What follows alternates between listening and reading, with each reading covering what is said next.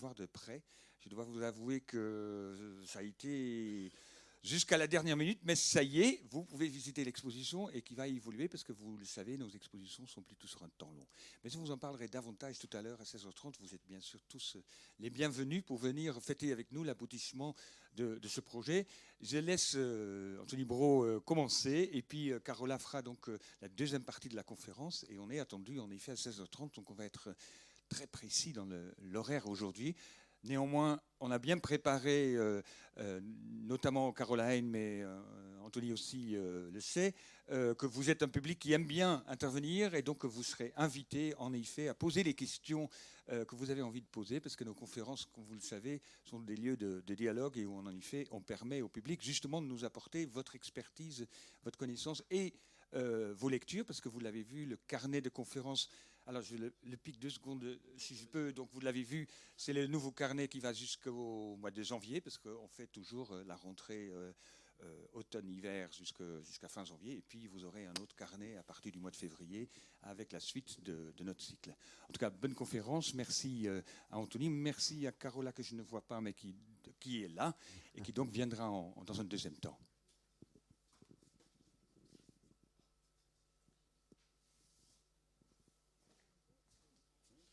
C'est parti donc. Eh bien bonjour et bienvenue. Je ne suis pas dans la lumière, donc j'imagine qu'il faut que je sois plutôt par ici. Donc une conférence qui est censée durer 1 heure. Cette conférence normalement dure 2 heures. Je vais faire les efforts que je peux pour tenir le timing.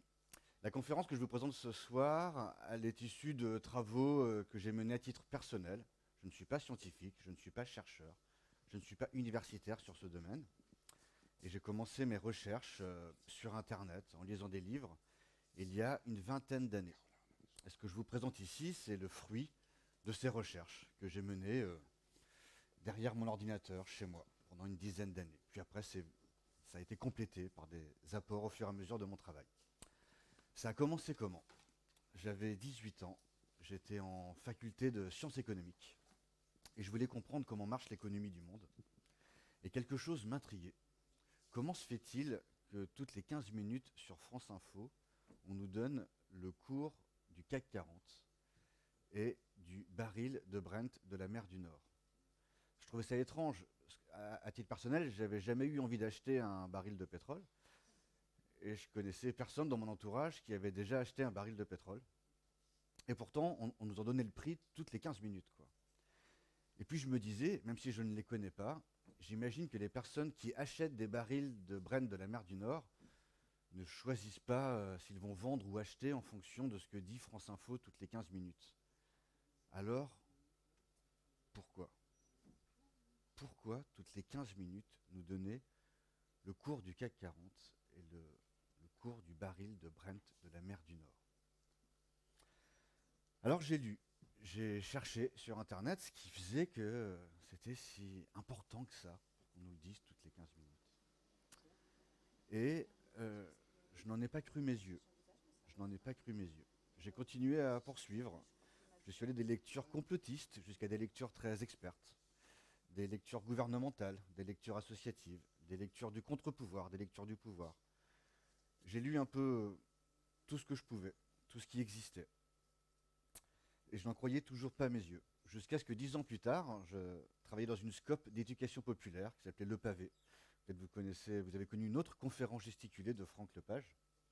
Donc travaillant avec lui, j'ai eu l'idée de retransmettre ce que j'avais compris, appris, sous forme d'une conférence gesticulée dont vous avez aujourd'hui un extrait. Et pour commencer, je voudrais vous proposer un petit jeu.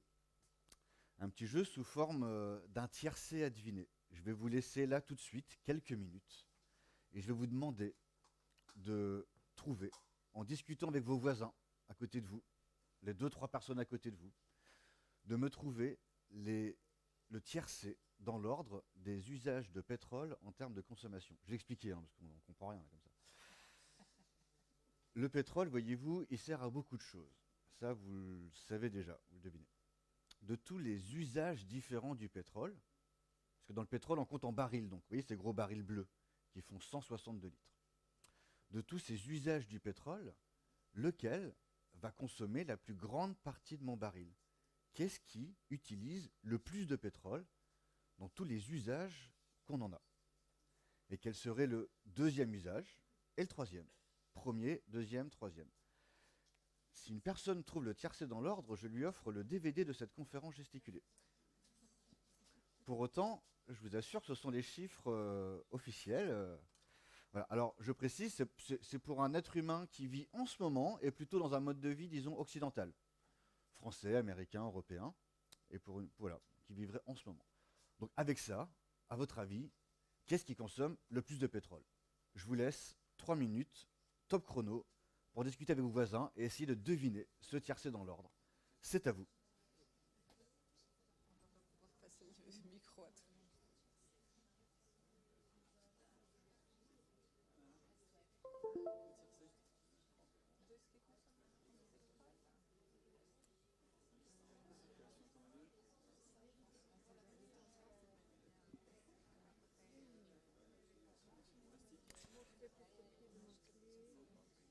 Toi, ça dure 1 heure aussi, hein, a priori.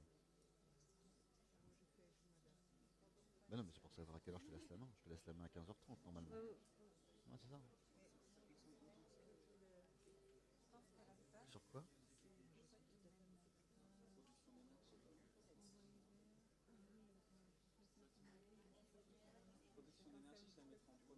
Ok, ça marche.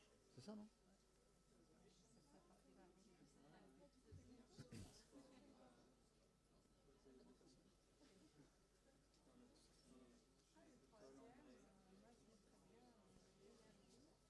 Si, c'est commencé, mais il a donné 3 minutes pour qu'on trouve avec notre voisin qu'est-ce qu'il y a dans. Allez-y, installez-vous.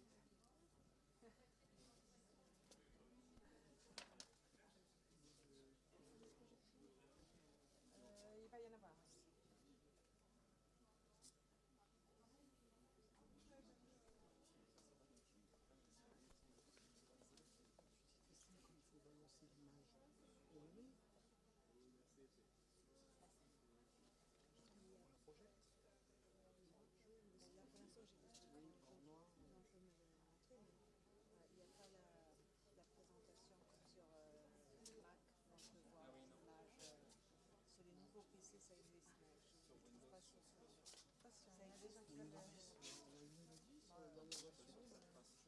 En principe, ça existe, mais je n'arrive pas à trouver. Si quelqu'un connaît. Moi, sur ma présentation, c'est de tête. J'avais pas les. Je ne vais pas passer le micro, les gens ils vont pas prendre la parole comme ça, je pense. Il va reprendre.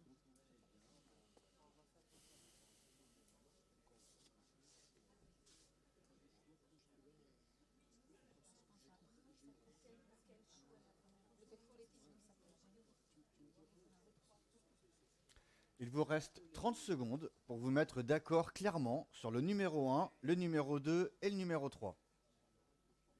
30 secondes.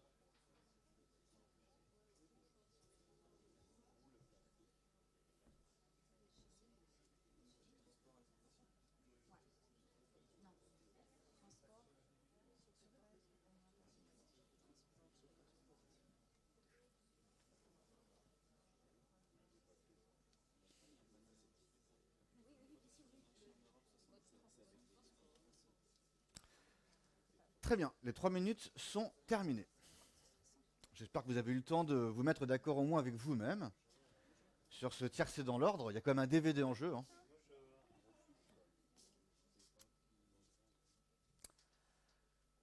Alors, pour vous rendre compte des résultats officiels de la consommation de pétrole dans le monde, je vous ai préparé des petits dessins. Ce sont des dessins que j'ai recyclés, qui servaient avant à autre chose. Ce qui fait que l'usage que je vais vous présenter en premier, avec ce dessin-là, c'est le plastique. Vous voyez, ça ne correspond pas, c'est pas en plastique, comme sans doute vous le savez déjà. Mais quand on est écolo, on cherche à recycler, on fait comme on peut. Alors, le plastique, on pourrait dire la production, tous les plastiques, c'est énorme en fait. Hein. Derrière, on ne peut pas dire le plastique. Il y a des quantités énormes de matériaux produits à partir du pétrole. On dirait techniquement plutôt la pétrochimie. Voilà. On peut dire plus communément le plastique. J'imagine qu'une bonne partie d'entre vous a mis le plastique, la pétrochimie dans son tiercé. Mais je voudrais que lève la main si par hasard des personnes dans la salle n'ont pas mis le plastique dans leur tiercé. Levez la main s'il vous plaît. Ceux qui n'auraient pas mis le plastique dans leur tiercé. Vous deux ici. Très bien. Alors, ça tombe bien parce qu'en fait j'ai oublié mes DVD.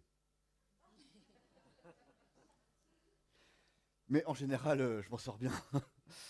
Voilà, c'est pas premier, c'est pas deuxième, c'est pas troisième, c'est pas quatrième, c'est pas cinquième, c'est pas sixième. C'est ridicule. Le plastique, c'est ridicule. C'est les gouttes qui restent au fond du baril. Plutôt. C'est plutôt ça, le plastique. C'est dingue.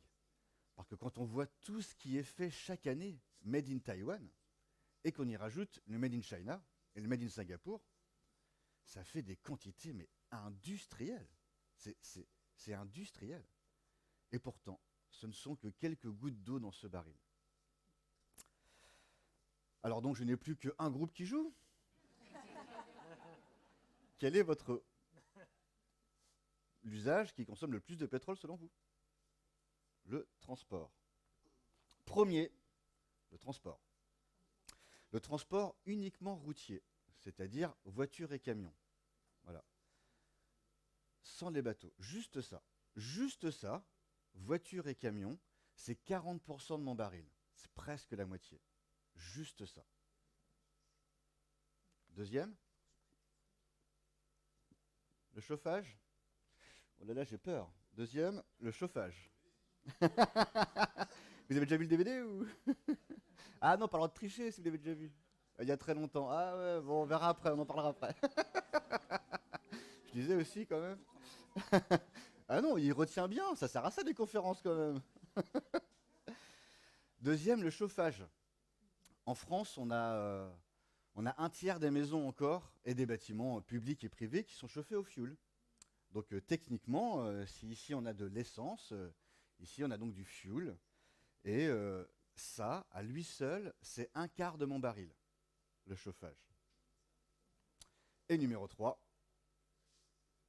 l'agriculture. Validé? Bon, ça va, c'est pas du tout numéro 3. C'est loin derrière. Numéro 3, mais c'est aussi du transport. Non mais j'y viens, je sais bien, hein, j'ai l'habitude de faire cette conférence. Parce que c'est pas quatrième, c'est loin de l'agriculture, tu vas comprendre. Donc troisième, le kérosène, c'est-à-dire du transport à nouveau, mais du transport aérien. C'est un autre produit issu du pétrole, c'est pas le même que l'essence. On ne peut pas faire rouler sa voiture au kérosène. Je vous conseille de ne pas essayer, ça va aller très vite, jusque le prochain mur, hein, ça va faire ça. Voilà, ça, à lui tout seul, c'est 15% du baril. Ici, on a 15% du baril, et là, on a 40% du baril. Et vous voyez, pourtant, il n'y a pas un humain sur deux qui a un avion par rapport à ceux qui ont des voitures. Vous voyez? Et c'est pour cette raison-là que les écolos sont très, très énervés contre le transport aérien, parce qu'alors que vraiment une minorité utilise l'avion, l'avion utilise presque la moitié de ce qu'utilisent l'ensemble des voitures et des camions au niveau mondial, quoi. Donc l'avion, c'est vraiment c'est du gaspillage, quoi. On ne peut pas le dire autrement. Voilà. Quatrième, c'est encore du transport. Ici, vous êtes très concernés, le transport maritime. Ça, souvent, on n'y pense pas du tout à celui-ci. Peut-être vous, ici, vous y pensez plus. Vous avez ça un peu sous les yeux.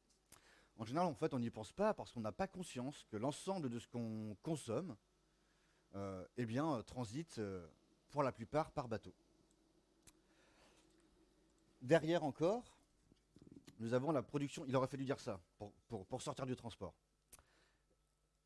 Là, vous voyez, quand on a 40% pour l'essence, 25% pour le chauffage, 15% pour le transport aérien, on est déjà à 80%. Après, je n'ai pas les chiffres en tête, mais c'est relativement... Alors, celui-là est encore assez conséquent. De tête, ça doit être 7-8% du pétrole.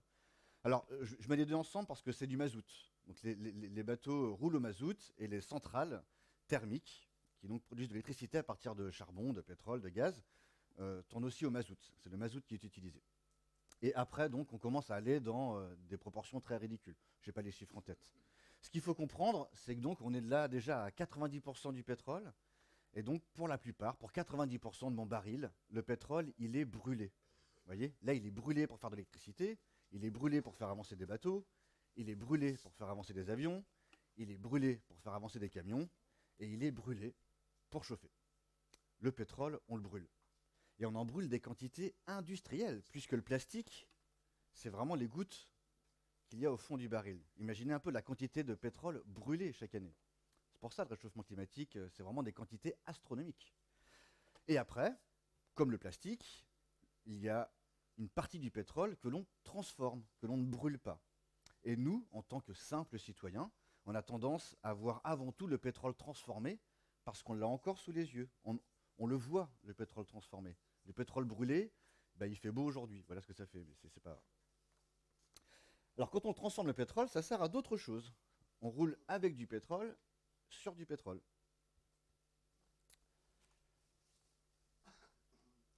On s'habille en pétrole.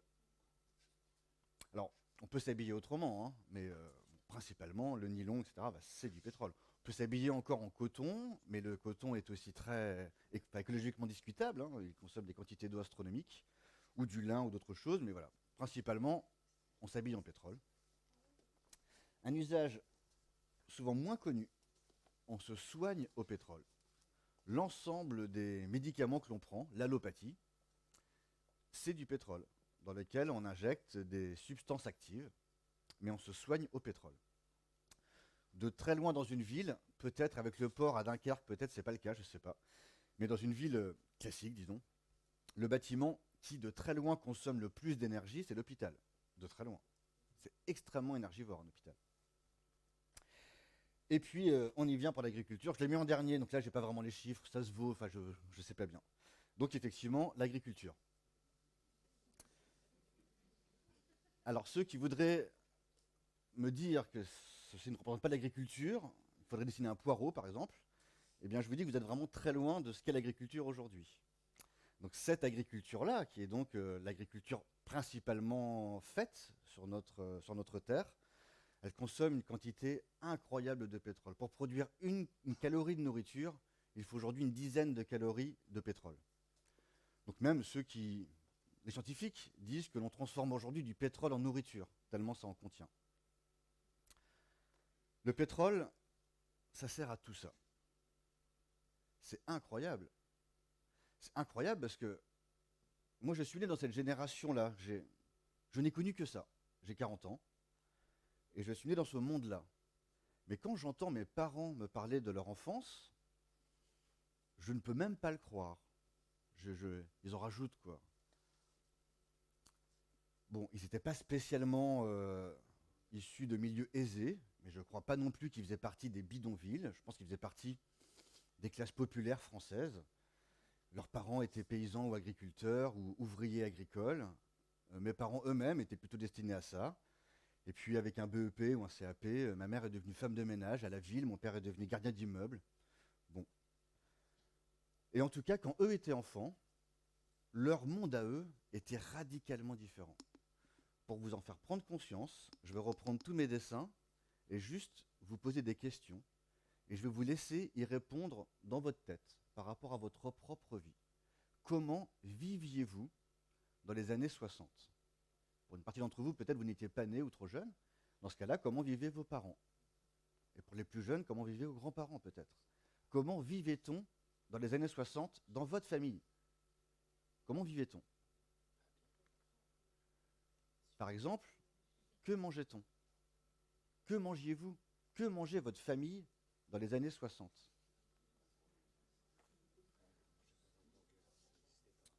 Comment se soignait-on ?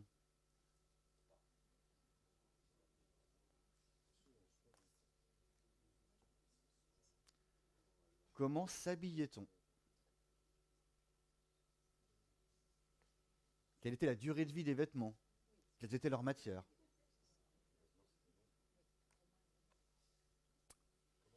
C'est moins visible. Ça, à notre échelle individuelle, on s'en rend moins compte. Mais une carte du réseau routier des années 60 et du réseau ferroviaire est proprement hallucinant. presque toutes les villes de 5000 habitants étaient joignables par réseau ferroviaire il y a un siècle. Aujourd'hui, il reste Paris-Bordeaux, Paris-Marseille, Paris-Lille, Paris-Rennes, Paris-Strasbourg, quoi.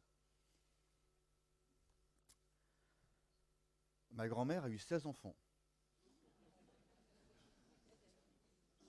Et mon autre grand-mère, 8.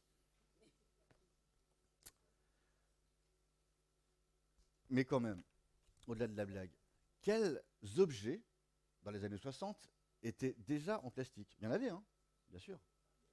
Mais qu'est-ce qui était en plastique? Souvent des récipients, souvent on me dit les seaux, les bassines.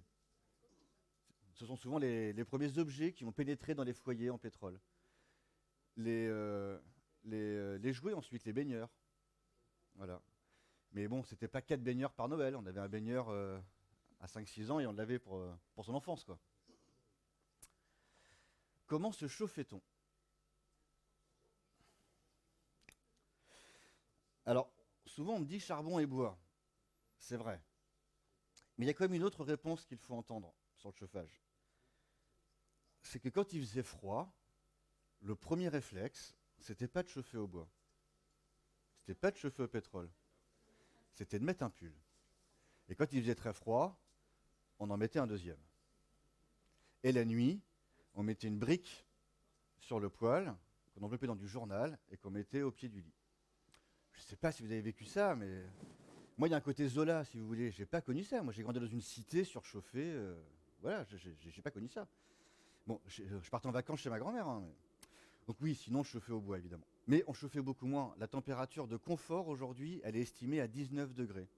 C'est-à-dire que sous les 19 degrés, on estime, c'est quand même pas confortable. Il y a encore 50 ans, la température de confort, c'était 16 degrés. La température à partir de laquelle on met un pull, quoi. Vous voyez ? Donc en fait, on chauffait moins, surtout. Sur quelle distance se déplaçait-on? C'est-à-dire, combien de kilomètres faisait-on pour aller travailler? Mais aussi pour aller voir ses amis. Et même pour partir en vacances. Mes grands-parents, ils partaient en vacances sur le camping du village d'à côté. C'est ridicule, hein? Je sais, je trouve ça ridicule aussi.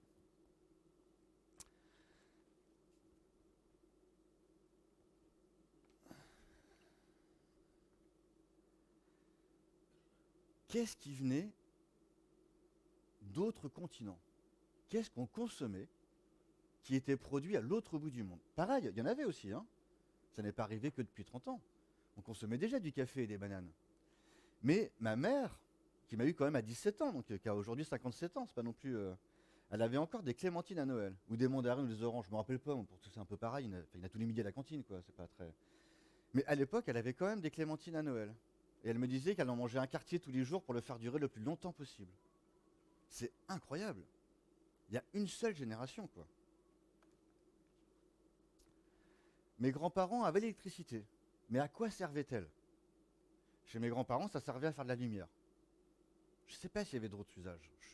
Je crois pas. Je ne leur ai pas demandé vraiment à partir de quand il y a eu d'autres usages. La radio, oui. Mais la radio, ça consomme vraiment rien. Enfin, maintenant qu'on a des radios à pile, on s'en rend compte. Mais voilà, c'est ça. La lumière, la radio. Voilà. Mon père avait un téléviseur à pièces. Il fallait mettre des pièces dans le téléviseur pour avoir la fin du feuilleton. Je ne savais même pas que ça avait existé. Ça veut dire qu'en une seule génération, on a entièrement basculé d'un mode de vie dans un autre. C'est incroyable cette histoire. En une seule génération. Ce qu'on a vécu là, c'est beaucoup plus fort. C'est beaucoup plus fort. Sans doute, j'y étais pas, que l'invention de la roue ou du feu, vous voyez. En une seule génération, toute l'humanité moderne s'est convertie intégralement d'un mode de vie sans pétrole à un mode de vie basé sur le pétrole. C'est incroyable cette histoire. Mais pour quelle raison? Qu'est-ce qui leur a pris, quoi? Qu'est-ce qui fait qu'il y a 40-50 ans, on s'est mis à tout faire en pétrole? Tout. Qu'est-ce que vous auriez comme explication? C'était pas cher. Oui, mais le charbon non plus n'était pas cher à l'époque. Donc c'est vrai, c'était pas cher. Mais les autres sources d'énergie n'étaient pas très chères non plus. Relativement, hein. Donc c'est pas vraiment ça.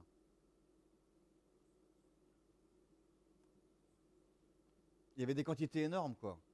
Eh bien, non plus. Alors oui, c'est vrai, les quantités étaient énormes, mais le charbon est encore de loin aujourd'hui l'énergie la plus abondante. Donc, si on avait dû prendre celle qui avait en plus grande quantité, c'était le charbon, de très loin.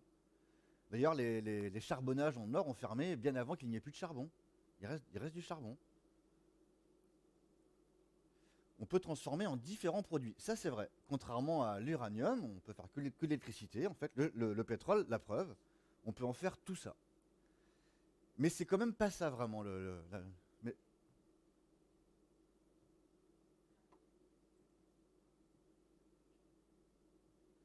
Oui, mais alors pourquoi ne pas l'avoir fait plus tôt ou...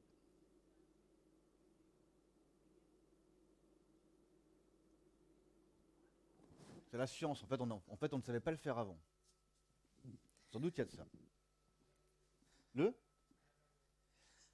Oui, mais pareil pour le charbon, pour d'autres, pour le bois, pour d'autres. Est-ce que les ouvriers du pétrole étaient moins payés que ceux du charbon? Je suis pas sûr. C'est plus lointain, donc peut-être on peut plus les exploiter, on s'en rend moins compte.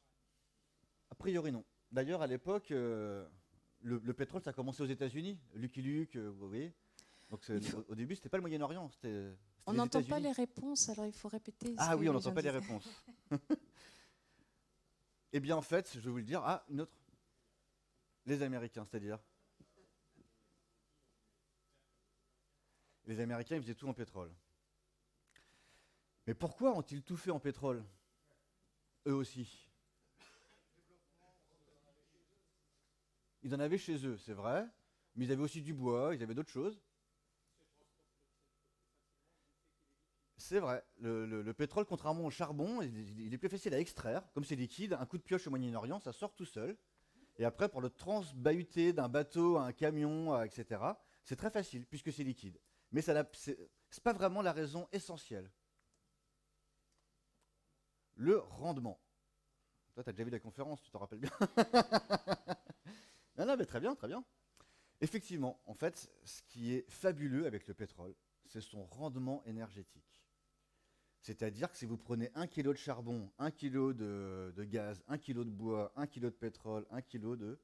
Eh bien, ça n'a rien à voir. Avec 1 kg de pétrole, vous pouvez déplier une énergie sans commune mesure avec toutes les autres énergies. C'est l'énergie miraculeuse. C'est hyper concentré, quoi. C'est une énergie hyper concentrée. Et donc, c'est pour ça que le pétrole est à ce point-là magique. Et effectivement, on peut la transformer en beaucoup, beaucoup de choses. C'est hyper concentré. Dans 1 litre de pétrole, il y a la force de travail de 10 personnes qui travailleraient une journée entière. Aujourd'hui, en France, on consomme en moyenne 43 barils par an. Par personne. 43 barils par an par personne. Ce que ça signifie, c'est que si mon grand-père avait voulu vivre comme moi, je vis aujourd'hui, j'ai pas un salaire, voilà, j'ai autour de 1300-1400 euros par mois, vous voyez. Donc ce niveau de vie-là, si mon grand-père avait voulu avoir le même qu'aujourd'hui, ma même vie en fait, il lui aurait fallu, suivant les calculs, entre 150 et 300 esclaves à son service. Entre 150 et 300 esclaves. Par exemple, là ce matin, je suis parti de Rennes. Je crois que ça ne me serait pas venu à l'idée de se dire tiens, je vais aller passer l'après-midi à Dunkerque. Et ça n'existe pas. S'il avait voulu le faire, donc, se déplacer autant que moi, je le fais aujourd'hui, il lui aurait fallu une quantité énorme de personnes qui pédaleraient rien que pour lui. Sur ces 150 esclaves, on imagine qu'il lui aurait fallu une trentaine ou une quarantaine de personnes qui ne feraient que pédaler jour et nuit pour le déplacer juste lui, mon grand-père. Il lui aurait fallu ensuite, je ne sais pas comment les appeler, une trentaine de bûcherons qui auraient donc coupé des arbres, les débiter, les faire sécher, pour ensuite les brûler, et avec cette énergie, produire de l'électricité et du chauffage. Il lui aurait fallu entre 20 et 30 paysans à son service, que pour le nourrir lui, pour qu'il puisse, comme moi, manger autant de viande et de diversité alimentaire que ce que je mange aujourd'hui. Et il lui aurait fallu enfin une trentaine ou une quarantaine d'ouvriers pour fabriquer, je ne sais pas comment, en bois. Ça, en bois, c'est pas terrible, je vous l'accorde. Mais je ne sais pas si j'en ai beaucoup, ces enfants. Tous les objets qu'il utilisait à l'époque et que j'utilise surtout aujourd'hui. 150 esclaves à son service. C'est génial. C'est vrai que ça explique en partie une forme d'individualisme. Si on vit dans un monde où on a chacun entre 150 et 300 esclaves à notre service, jamais malade, jamais syndiqué, jamais en grève, jamais en retraite, c'est super, hein, c'est des esclaves sous forme de pétrole, hein, des esclaves liquides, qui ne se plaignent pas, qui ne rechignent pas à la tâche. 300 esclaves, bon. Donc évidemment, si on a chacun cette armée à notre service personnel, quel est l'intérêt de se montrer solidaire avec qui que ce soit? Je veux dire que chacun se débrouille. Et franchement, c'est pas vraiment abandonner les gens, et ses voisins ou ses collègues, que de les laisser se débrouiller, eux aussi, avec leurs 150 esclaves à leur disposition. Donc en fait, tant mieux. On vit dans un monde, une parenthèse historique, absolument fabuleuse, où pour la première fois, depuis une seule génération, nous n'avons plus besoin de nous soumettre à tout un tas de travaux agricoles, domestiques et industriels qui requéraient une force de travail monumentale. C'est génial. Bon, pour autant, on ne peut pas dire qu'on passe notre temps à ne rien faire. C'est pas non plus, on ne vit pas dans la civilisation de la paresse. Mais quand même, une quantité industrielle de travaux sont maintenant faits par le pétrole. Donc la seule question qui reste, eh bien, c'est est-ce que ça va durer? Parce que si manifestement on peut se permettre de vivre comme ça, ben c'est génial.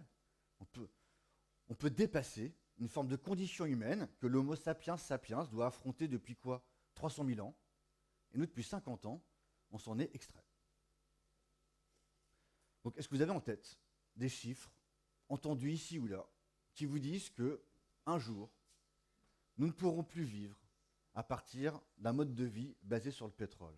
Qu'avez-vous comme chiffre en tête?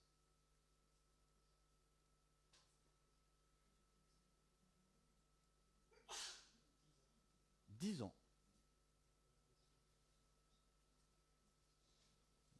D'autres chiffres?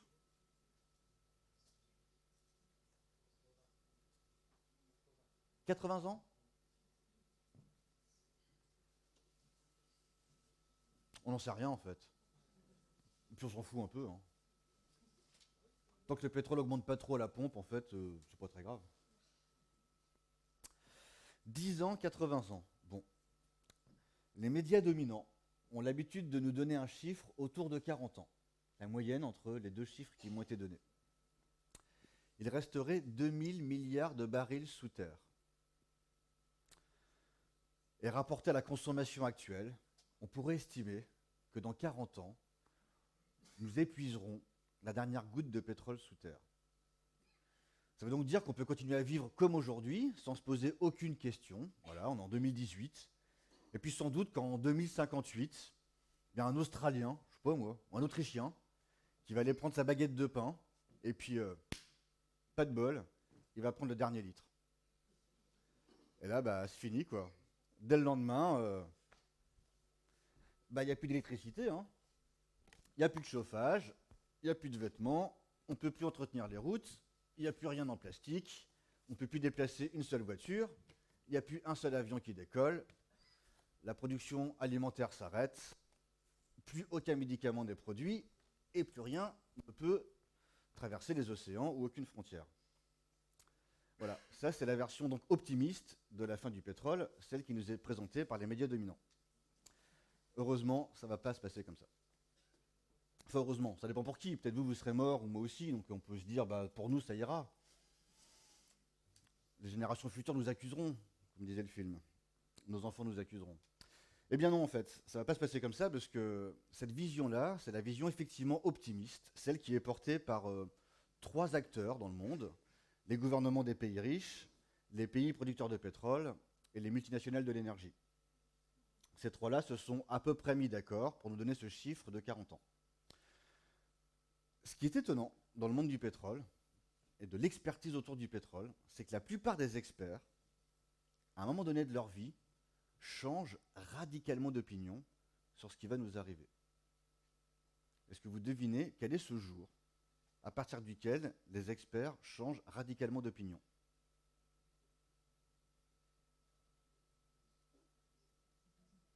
le jour de leur retraite. Bravo. Le jour de leur retraite, leur discours bascule de manière absolument incroyable. Suite à ça, ils essayent de faire des conférences, ils n'ont plus accès à grand-chose. Ils essayent de passer dans les médias dominants, qui ne leur ouvrent pas les micros, et donc ils font des livres. Alors il y en a plein, hein. Ils sont en accès libre. Hein. Vous avez la FNAC, partout, vous avez un rayon hein, sur l'écologie aujourd'hui, sur la crise énergétique à venir. Ils écrivent des livres. Ce qu'il faut retenir de tous ces livres, c'est ce constat fait déjà depuis 50 ans par un ingénieur qui s'appelle Hubert.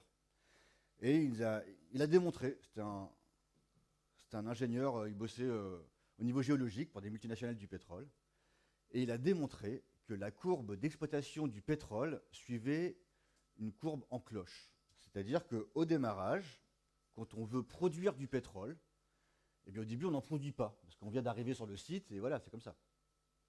Et petit à petit, on va construire des derricks, vous voyez ? Et donc la production va augmenter. Au bout d'un moment, on a construit assez de derricks sur le champ de pétrole, on arrête d'en faire d'autres.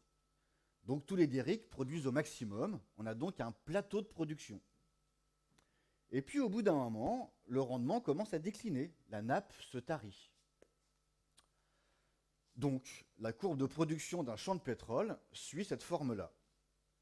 Un truc à peu près droit ascendant, un plateau, et quelque chose qui descend. Voilà.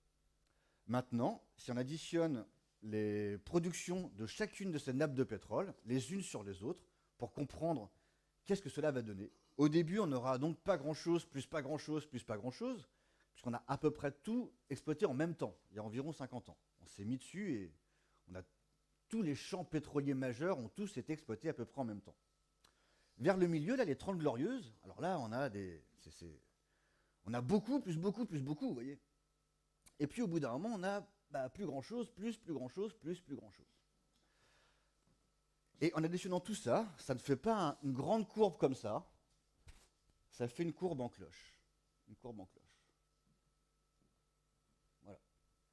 Et ce qui compte, dans le monde du pétrole, c'est de savoir, non pas quand nous aurons consommé la dernière goutte du pétrole, mais quand est-ce que nous allons passer le point le plus haut, c'est-à-dire le moment à partir duquel on aura encore presque la moitié du pétrole sous terre, encore des réserves immenses de pétrole, la moitié du pétrole sous terre, mais on pourra en produire un tout petit peu moins que l'année précédente.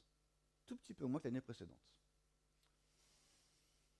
Ce point-là, le point le plus haut, est-ce que vous savez... Alors déjà, qui connaît le pic de Huber? Levez la main ceux qui connaissaient déjà ce principe de pic de Huber. Ok. Un petit tiers, vite fait. Et donc, qui parmi vous connaît la date de ce pic? C'est passé. Et donc, c'était quand? 2006. Non, mais toi, tu fais une thèse sur le... Mais si, je le sais, je l'ai appris tout à l'heure, t'as dit au pif. Bon. Exactement, 2006. Alors, en fait, en vrai, à la loupe, le haut de la courbe, il n'est pas tout arrondi, tout lisse. À la loupe, le haut de la courbe, il est la forme qu'on lui donne. Le nom technique, c'est un plateau de tôle ondulée. C'est bizarre, mais c'est au moins une vision très concrète, on voit bien. Et donc, ça donne cette forme-là, effectivement. Voilà. Donc, le vrai pic, on ne le connaît pas vraiment. On a eu un pic en 2006, comme ça. On a eu un pic en 2008. On a eu un pic en 2011. Je crois qu'il y en a eu un en 2015. Peut-être un encore là, en 2018. Donc, la question de spécialistes serait de savoir lequel de ces pics va être le plus haut. Nous, franchement, on s'en fout. Hein. Ça ne va pas changer grand-chose au problème. On est actuellement dans ce plateau en tôle ondulée. Et selon les spécialistes, la fin de ce plateau en tôle ondulée est prévue au tournant des années 2020. Donc j'ai commencé cette conférence il y a 10 ans. Ils disaient déjà ça, il y a 10 ans. Ils disent toujours ça. Même si on n'est plus qu'à 1 an ou 2 ans des années 2020, la date n'a pas changé, c'est à peu près 2020. En tout cas, on est en plein dedans. Alors comment ça va se passer? Tout d'abord, le pétrole va devenir plus cher à la pompe. Ça, on s'y attend. C'est le premier effet qu'il nous donne aux informations. Quel est le prix du pétrole à la pompe? Le fait que le pétrole augmente à la pompe, vous voyez, ça s'appelait ANPE quand j'ai fait ces dessins il y a 10 ans, vous voyez. Je ne les ai pas refaits, parce qu'une certaine nostalgie, bon bref. Donc effectivement, déjà en 2008, avec ce troisième choc pétrolier, on s'était rendu compte que ça donnait un chômage de masse dans le secteur automobile. Tout de suite, le secteur automobile est tout de suite impacté. Bon. Mais peu de temps après, on s'est surtout rendu compte qu'on allait avoir, je ne sais pas si vous voyez, ce dessin est un peu petit, une baisse du pouvoir d'achat. Ben oui, parce que souvent, quand on parle du prix du pétrole, on pense au plein de sa voiture. Mais par exemple, une bouteille de ketchup. Une bouteille de ketchup, même pour les bio parmi vous, il n'y a que 3 ingrédients, même dans celui fabriqué par les multinationales, et c'est plutôt bio. Tomates, sucre et vinaigre.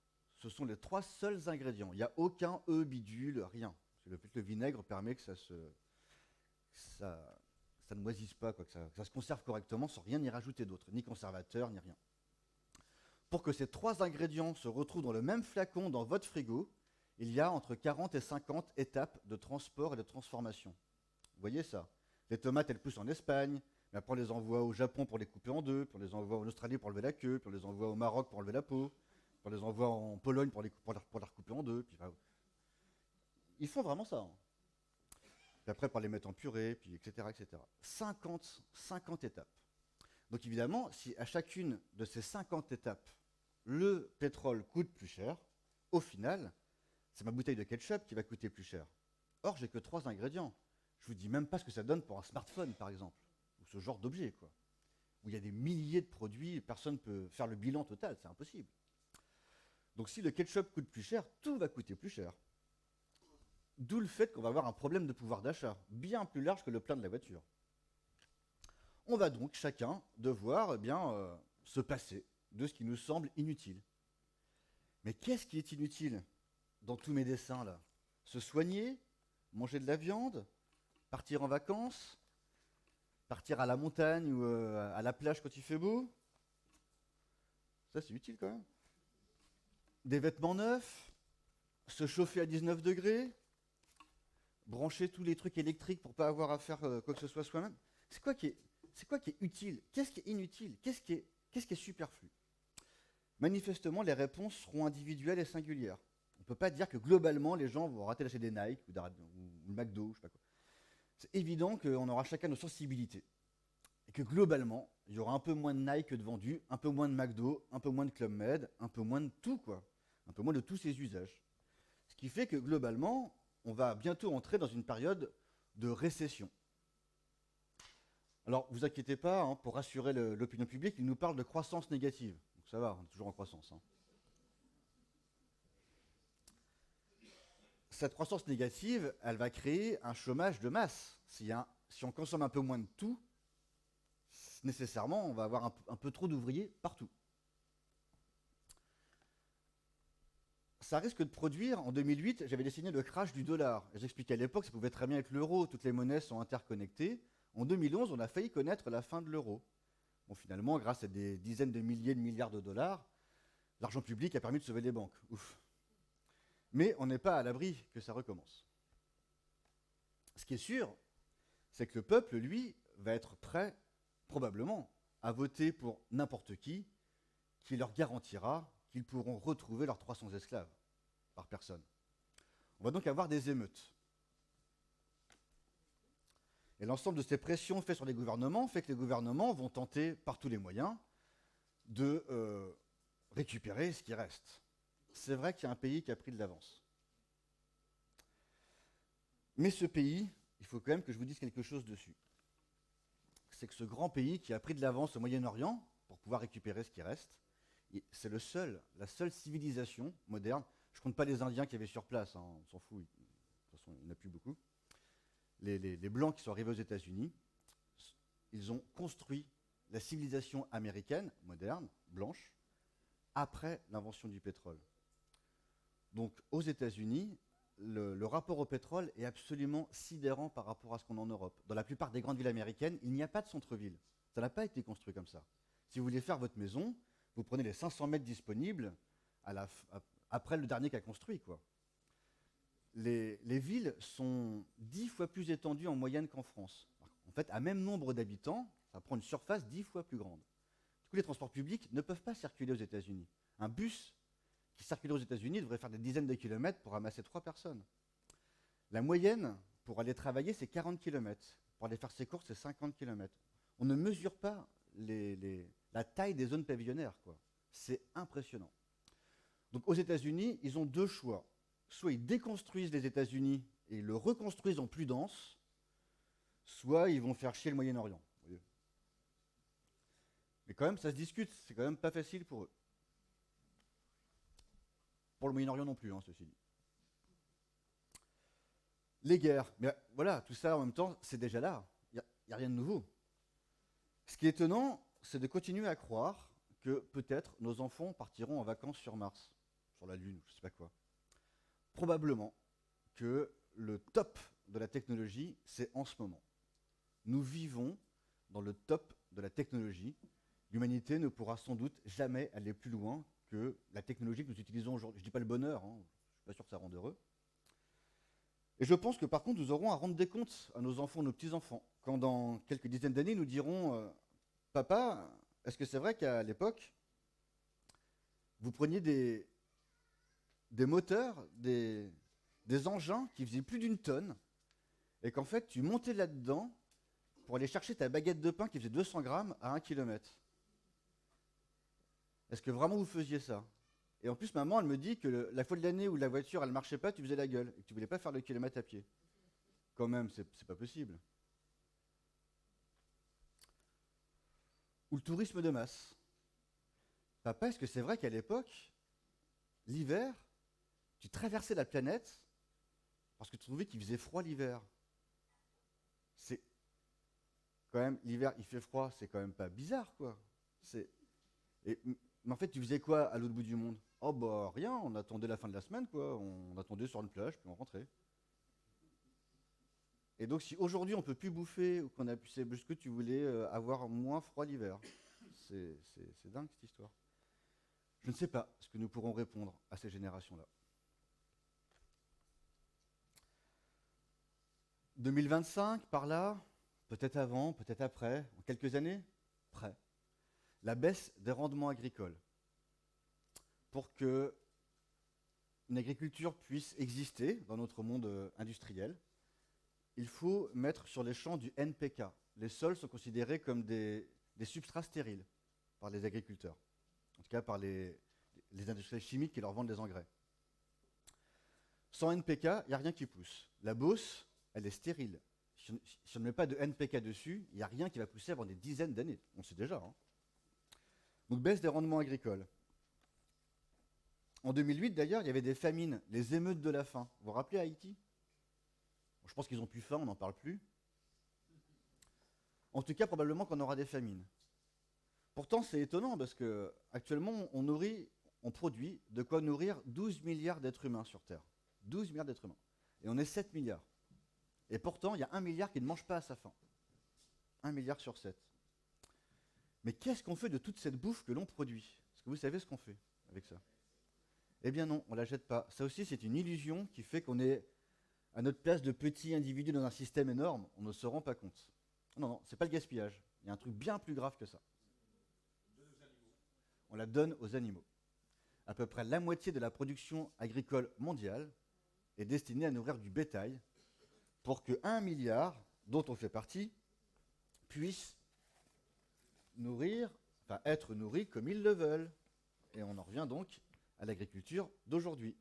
Ça consomme la moitié de la production agricole mondiale.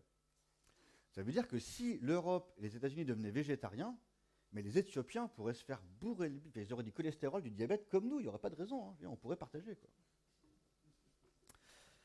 Jusqu'à ce que, de fait, à un moment donné, notre civilisation bascule dans un monde qui, à nouveau, n'utilisera plus de pétrole, ou beaucoup moins. En tout cas, là, le nombre d'esclaves énergétiques à notre disposition, c'est environ 300 personnes. 300 esclaves par personne. Au Maroc ou en Inde, on est à 30 ou 40 esclaves par personne. Ça commencerait à être soutenable d'avoir le mode de vie d'un Marocain ou d'un Indien. Ce serait à peu près le mode de vie qui serait soutenable pour toute la population terrestre. Voilà. Si on vivait tous comme des Indiens, commencerait à avoir un mode de vie à peu près soutenable. Ça va venir. En fait, la seule question, c'est comment on y arrive. Comment passer du monde d'aujourd'hui au monde de demain? Comment on fait pour donner envie, pour se donner envie, pour donner envie à nos proches, pour donner envie à notre peuple, pour donner envie à notre humanité, de vivre comme il y a 50 ans et comme après, dans un monde sans esclaves énergétiques. On pourrait dire autrement, c'est que depuis 300 000 ans, l'Homo sapiens sapiens, il a eu aucun esclave énergétique à sa disposition, jamais, jamais. Jusqu'en 1950. Là, on est monté à 300. Et probablement qu'en 2025-2030, ça va revenir là, et l'humanité va reprendre sa route, à condition que le climat le permette. Et ça serait une autre conférence. Ce que je voudrais vous dire pour conclure, c'est qu'il y a un mouvement de collectivité territoriale qui s'appelle les villes en transition, qui depuis déjà une vingtaine d'années réfléchit à comment muter ce que pourraient faire les politiques publiques et les collectivités pour s'adapter à un monde post-pétrole. Et donc ça s'appelle les villes en transition, les territoires en transition, peut-être vous connaissez ça déjà. Donc dans ce courant de pensée qui est né en Grande-Bretagne, à Totnes, par Rob Hopkins, voilà, qui a écrit le manuel de transition, qui maintenant est développé sur tous les continents. Il y a énormément de collectivités qui se préparent, comme elles le peuvent, au post-pétrole. Et là-dedans, dans ce mouvement-là, il compare notre usage du pétrole à une toxicomanie. Et je voudrais vous montrer ce qu'en disent les psychiatres. Comment arrêter un produit duquel nous sommes toxicomanes? Mesdames, Messieurs, bonjour. Donc, Anthony Braud m'a demandé de vous faire un petit topo sur la toxicomanie et donc la lutte contre la toxicomanie. Alors en tant que psychiatre, je peux vous dire que pour arrêter une toxicomanie, il faut passer par 6 étapes. La première, c'est la pré-contemplation. Après, je vais les reprendre. D'abord, je vous les nomme et ensuite, je vous les explique. La deuxième, c'est la contemplation, la préparation, l'action, la consolidation. Et une 6e étape, qui n'a pas lieu tout le temps, mais souvent, et qui fait partie du processus, la rechute.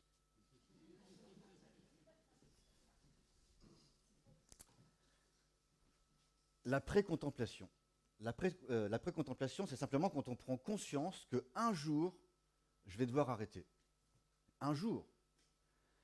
Pour Anthony Braud, par exemple, je vais vous parler de lui, je connais bien, il sait qu'un jour, la voiture, faudra arrêter. Il vit dans un petit village, à 20 km de Rennes. Il y a pourtant une gare avec un train pour aller à Rennes. Mais il a 2 voitures.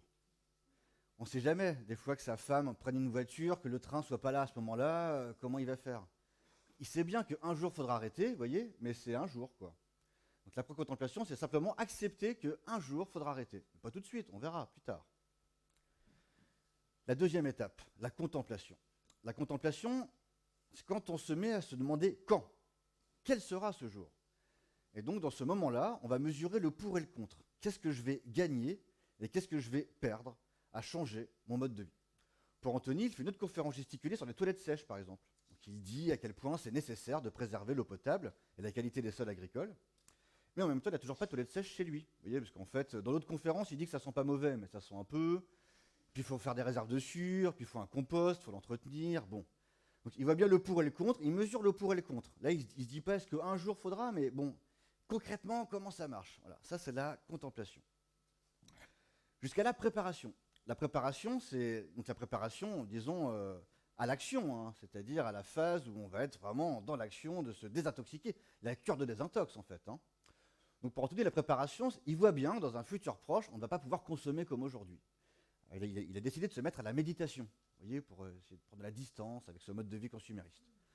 Alors, il a les bouquins, il a fait le stage, il a même aménagé un coin chez lui pour méditer, mais soyons clairs, il ne médite pas, c'est vraiment trop chiant.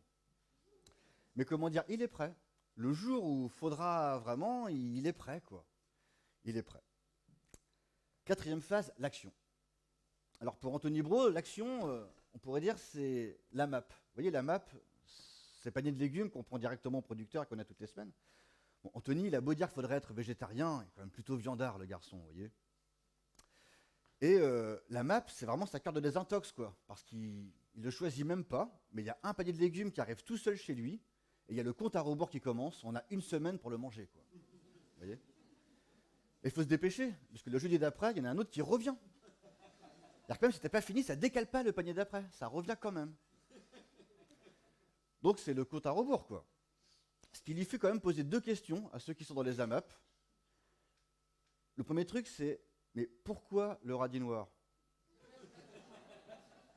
Je veux dire, même à la Biocoop, il le cache un peu derrière, pour que ça ne fasse pas non plus la punition. Tu viens quand même faire des courses, tu ne viens pas te punir. Et bien dans les AMAP, mais il y en a, mais je pense que c'est une mauvaise herbe. Je pense que ça pousse tout seul. Ou peut-être une prime de l'Europe à ceux qui font pousser des radis. Il y a un truc. Puis l'autre truc, c'est vrai que là, octobre, par là, novembre, la première courge, vous voyez ce goût de noisette, c'est superbe. C'est vraiment un des bonheurs de l'automne. Mais la 34e courge en mars-avril, ceux qui rigolent, c'est ceux qui sont en AMAP, hein, c'est sûr. Non, parce que chez moi aussi, hein, ils mettent des recettes avec les tartes, les purées, tout ça. Mais rendu au mois de mars, tu peux faire comme tu veux. Hein, ça reste de la courge orange de base, c'est tout, quoi. Il n'y a rien à faire, quoi. Ça, c'est la cure de désintox, vous voyez, c'est l'action. Mais en fait, tant que le panier il arrive toutes les semaines et que tu es tenu par ton AMAP, eh ben en fait, tu tiens. C'est comme une cure de désintox. Tout est fait pour que tu tiennes. Et ça marche plutôt bien. Ce qui est compliqué, c'est l'étape d'après. C'est la consolidation. C'est comment on fait pour tenir ça quand on n'est plus dans la map. Ça veut dire qu'imaginez qu'Anthony Brou, il arrête la map et que le mercredi, parce que c'est les jeudis le panier, donc le mercredi soir c'est radis noir, parce que le jeudi sinon il y en a d'autres qui arrivent. Ça veut dire que le mercredi, il irait volontairement à la Biocoop prendre du radis noir, alors que rien n'oblige. Hein. Ça, c'est vraiment compliqué. Ce qui fait que souvent, ça amène à la rechute, la pizza, quoi. La pizza Indus. Mais la pizza Indus, ça ne te fait pas revenir à la pré-contemplation. Parce que ça, c'est bon. Une fois que tu t'es dit, un jour, il faudra changer, c'est acquis pour toujours. Le pour et le contre, c'est acquis pour toujours aussi, en fait. La préparation, une fois qu'on s'est préparé une fois, ça tient. Donc quand on rechute, on revient dans la map, quoi. Et l'idée, c'est que le coup d'après, on puisse tenir un peu plus longtemps. Mais ce qui est bizarre dans les milieux militants, c'est qu'il y a comme une course à la cohérence. C'est à qui sera le plus écolo, à qui sera le plus... Comme s'il y avait une sorte de truc moral à être meilleur que les autres, quoi. Et sans doute ceux-là passent quand même une bonne partie de leur vie est passée sous silence, vous voyez. Parce que même si on mange que des légumes bio de la map, qu'on met des pulls en laine, qu'on s'habille en lin, qu'on se soigne en homéopathie ou en naturopathie, si on a sa fille qui habite à New York et qu'on va une fois par an la voir, parce que quand même, eh bien, on fait partie des 5% les plus polluants de la planète. C'est comme ça. C'est pas juste, hein.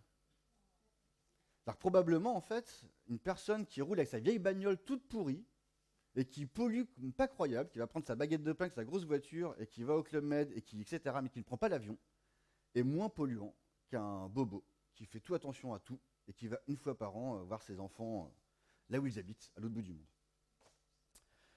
Ce qui est bizarre, en tout cas, c'est que les militants écolos croient qu'en montrant un film joyeux, qui donne envie, genre Nos enfants nous accuseront, ou Le cauchemar de Darwin, ou Le syndrome du Titanic, vous voyez, tous ces films écolos qui donnent envie de changer, quoi. Eh bien, les gens, ils vont passer de la pré-contemplation à la consolidation en un documentaire.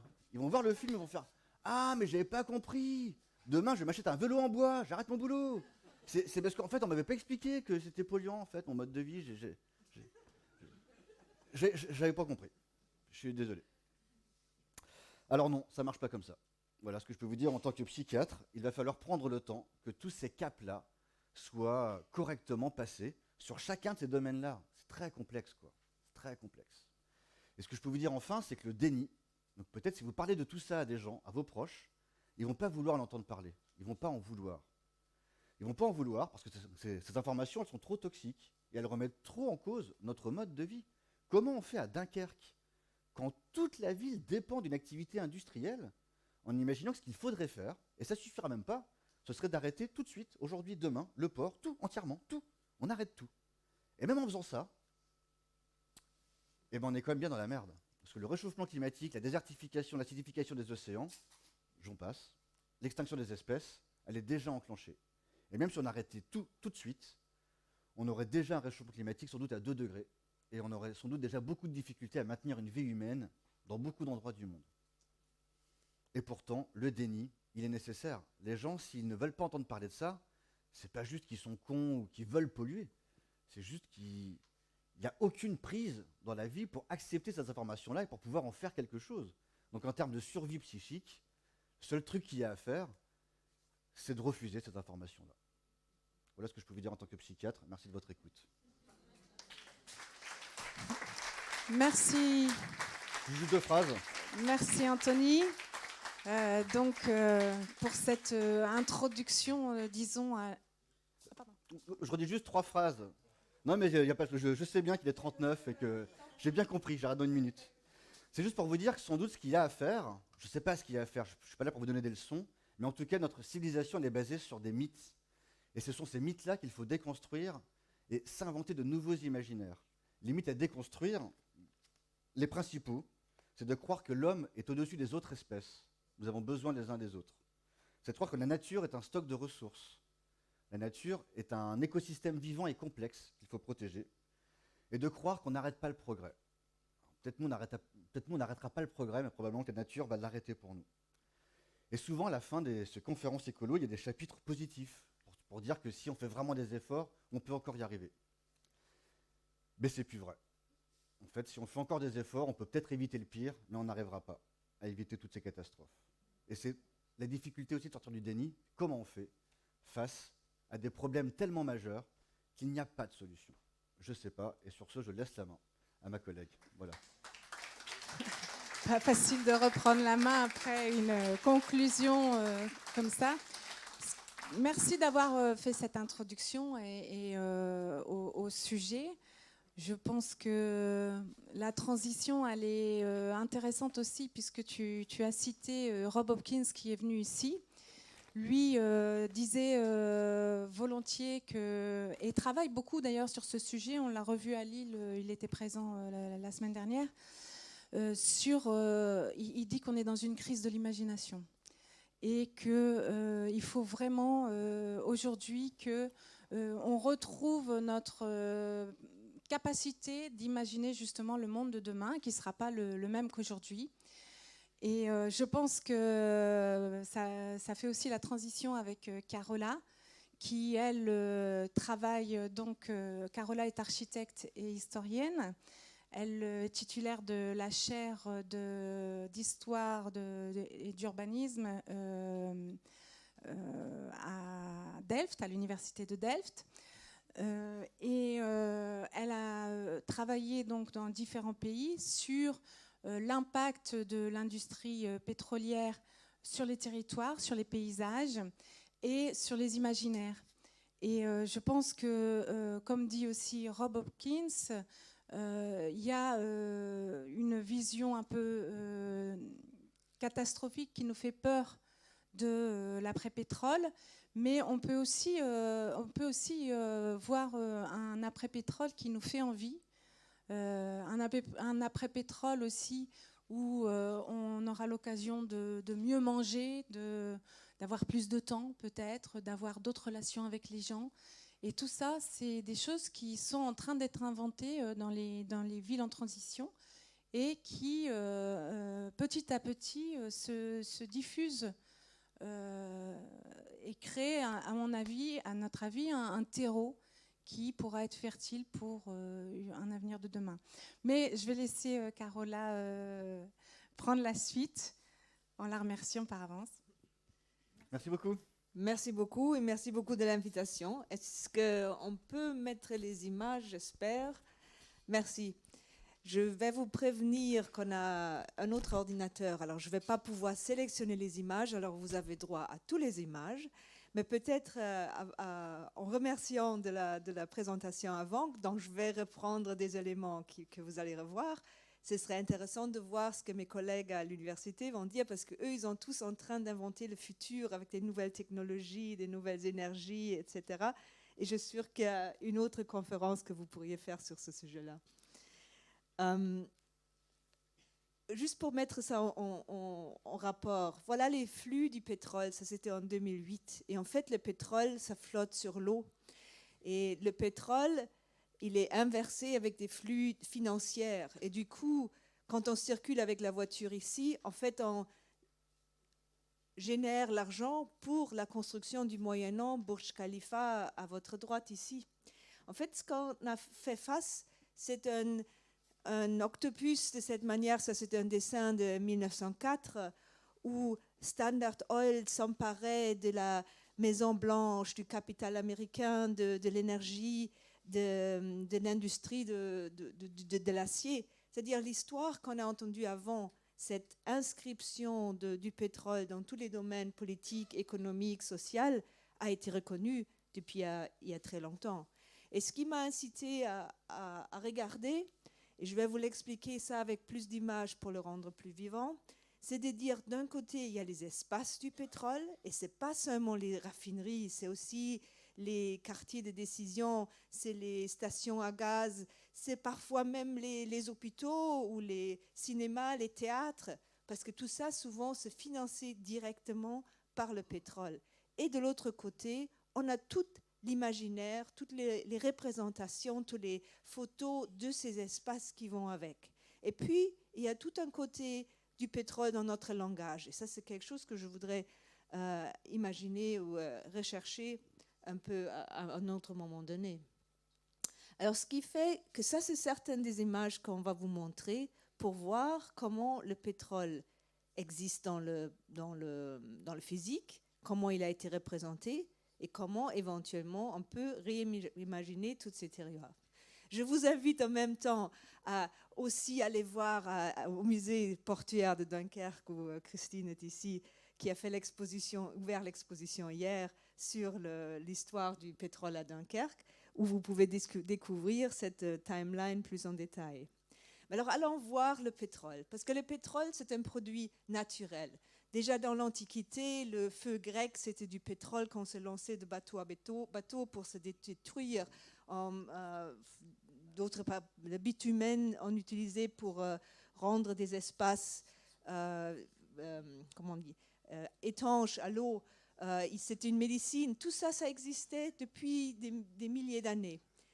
Ça devient important du moment qu'on commence à extraire le pétroleum d'une manière industrielle de la terre. Et ça, c'est un des sites premiers en Titusville, en Pennsylvanie. Mais ce n'est pas les gens qui ont la possession du pétrole qui en font le plus d'argent. En général, c'est ceux qui financent la mobilité. Les Rockefeller, c'est des gens qui possédaient les chemins de fer, les transports, les infrastructures, les raffineries, les sites de storage. C'est là qu'ils ont fait leur argent. Et on voit que le monde se reconstruit autour des flux de pétrole. Une compagnie comme la Shell, par exemple, qui a ses quartiers généraux à Londres et en Hollande, prend le pétrole en Indonésie. Alors, pour faire tout ce trajet, soit il faut contourner l'Afrique, soit on peut passer par le canal de Suez. Et la Shell était la première à avoir construit un bateau tanker qui était assez sûr au niveau du feu, qui a eu le droit de passer dans le canal de Suez. Et ça, c'est la compagnie de transport qui est devenue par la suite la Shell qu'on connaît aujourd'hui. Plein de raffineries se sont construites au bout de 1860 déjà, très tôt. Et là, c'est la ville de Philadelphie. Les puits de pétrole sont dans l'intérieur du pays et les flux du pétrole, ils vont vers les ports. Et dans la ville de Philadelphie, on va d'abord trouver des raffineries comme celle de Belmont là-haut sur les rivières. Et en fait, il y a un rapport très étroit entre le pétrole et l'eau. Le pétrole flotte sur l'eau, physiquement sur les bateaux, et les raffineries ont besoin de l'eau pour chauffer le pétrole et pour le séparer dans tous ces niveaux différents. Alors, les raffineries, on en a besoin pour extraire toutes ces différentes sortes de pétrole. On en a entendu le kérosène, le paraffine, etc., l'asphalte. Et au début, ils s'installent sur les rivières. Et par exemple, celle de la Belmont, 1865, elle va disparaître. Mais il y a très peu de raffineries qui disparaissent. Et de ce côté-là, à Dunkerque, vous êtes dans l'avant des choses où les raffineries commencent à disparaître. Et en général, ils ne disparaissent que parce qu'ils ont un problème d'eau ou de feu. Par exemple, là, ils étaient placés en amont de là où on prenait l'eau à boire pour la ville. Alors, ils ont très vite compris que ce n'était pas une bonne idée. Alors, à Hambourg, à Rotterdam, à Philadelphie, on va déplacer les premières raffineries qui sont en amont de la prise d'eau pour les placer plus bas. Mais d'autres ici, la Atlantic par exemple, c'est aujourd'hui la raffinerie qui tourne le plus longtemps au monde. Alors, je vais vite vous montrer la Belmont. Ça, c'est un dessin de la Belmont qui a après disparu faire place à un parc. Et en général, le système est toujours le même. On a besoin de l'eau de la rivière, on chauffe le pétrole, on le met dans les tanks. À l'époque, on avait des barrels, c'était encore les chevaux qui le tiraient. Et on a des storage, des espaces de stockage pour l'exporter. Et c'était beau le pétrole, comme vous le voyez à gauche. C'était un site magnifique, quoi. Il y avait des pommiers, du pétrole, des pommiers. 1870, 70. Ben, ça, c'était l'endroit d'où on exportait le plus de pétrole, surtout vers la Chine. Ils donnaient cette lampe-là gratuite pour que les Chinois achètent du pétrole. Et ça, c'est le site aujourd'hui. Et c'est la raffinerie qui tourne le plus longtemps au monde. Alors, on avait la ville de Philadelphie derrière. Ils ont essayé de la fermer, Sunoco a essayé de la vendre, mais c'est difficile parce qu'ils n'arrivent pas à nettoyer le site. Alors, du coup, ils vont amener plus de pétrole de l'ouest de l'Amérique, du Bakken, du fracking, pour l'amener au centre d'une ville pour continuer à faire tourner cette raffinerie. Et du coup, on a un effet de lock-in, un effet, une fois qu'on a les espaces du pétrole, c'est très, très difficile de s'en débarrasser. Déjà, on ne sait pas tout le temps comment faire le nettoyage. Alors là, c'est par exemple des raffineries à Rotterdam. Mais les raffineries, c'est peut-être ce qu'on voit de moins. C'est ça les espaces qu'on voit tous les jours. Et quand, en général, je demande à mes étudiants, faites-moi un petit dessin, et peut-être que vous le faites à la maison, un dessin d'aller de votre maison au travail. Et la plupart du temps, on va trouver dans ce dessin, tournez à gauche à la station-service. Parce que c'est tellement marquant, on reconnaît tous les couleurs, les formes d'une station-service. Ça fait partie de notre imaginaire mental. Au début, c'était des petites stations comme celle-ci qui étaient plus mom and pop shops. Et parfois, ça devient vraiment des objets d'architecture extraordinaires. Les Hollandais, par exemple, depuis les années 20, ils avaient dit « Ah oui, les stations de service, c'est moche, il faut des bons architectes pour construire des belles stations de service. » Et on a des objets comme ça. La droite, c'est maintenant un bureau d'architecture. Cette station-là, elle n'est pas conservée telle, mais c'est le quartier général de la Exxon à La Haye, derrière, aussi utilisé par quelqu'un d'autre aujourd'hui, mais le bâtiment continue à exister. Mais c'est ça qu'on connaît plus. Dans les années 70, les compagnies ont compris que s'ils mettaient un click-on avec les bonnes couleurs, ils étaient reconnaissables dans le monde entier. Et la Shell a fait un joli film là-dessus pour expliquer comment il fallait faire. Et souvent, j'en parlais avec un Mexicain l'année dernière qui me disait qu'il se sentait complètement dépaysagé en Belgique parce que les couleurs de sa compagnie pétrole mexicaine, il ne les revoyait plus. Je ne sais plus, on était à Anvers, je pense. Alors, on est vraiment teinté de ces couleurs. Alors, on a regardé d'où vient l'objet, d'où il est transformé, mais qui est-ce qui décide, qui le gère? La ville de Titusville, et je pense que personne n'y a jamais été. Est-ce que quelqu'un a été à Titusville? Est-ce que vous connaissez Titusville? C'est le Paris d'aujourd'hui. Il y a même des villes dans cette région-là qui ont complètement disparu, où il n'y a plus qu'une pelouse. Ça, c'était les villes d'extraction. Il n'en reste plus rien. L'argent, c'est-à-dire là, c'était le premier endroit où on vendait le pétrole. Ce n'est pas resté à Titusville. Qui peut me dire où probablement les décisions ils se prennent où? Marnix l'a déjà dit, mais quelqu'un l'a entendu. C'est dans les grandes villes. C'est à New York que l'argent se rassemble. Ici, c'est à New York, à Londres, c'est à La Haye, c'est à Rotterdam. Parfois, c'est à Hambourg. Et alors, en France, ça va être où? Ça va être à Paris.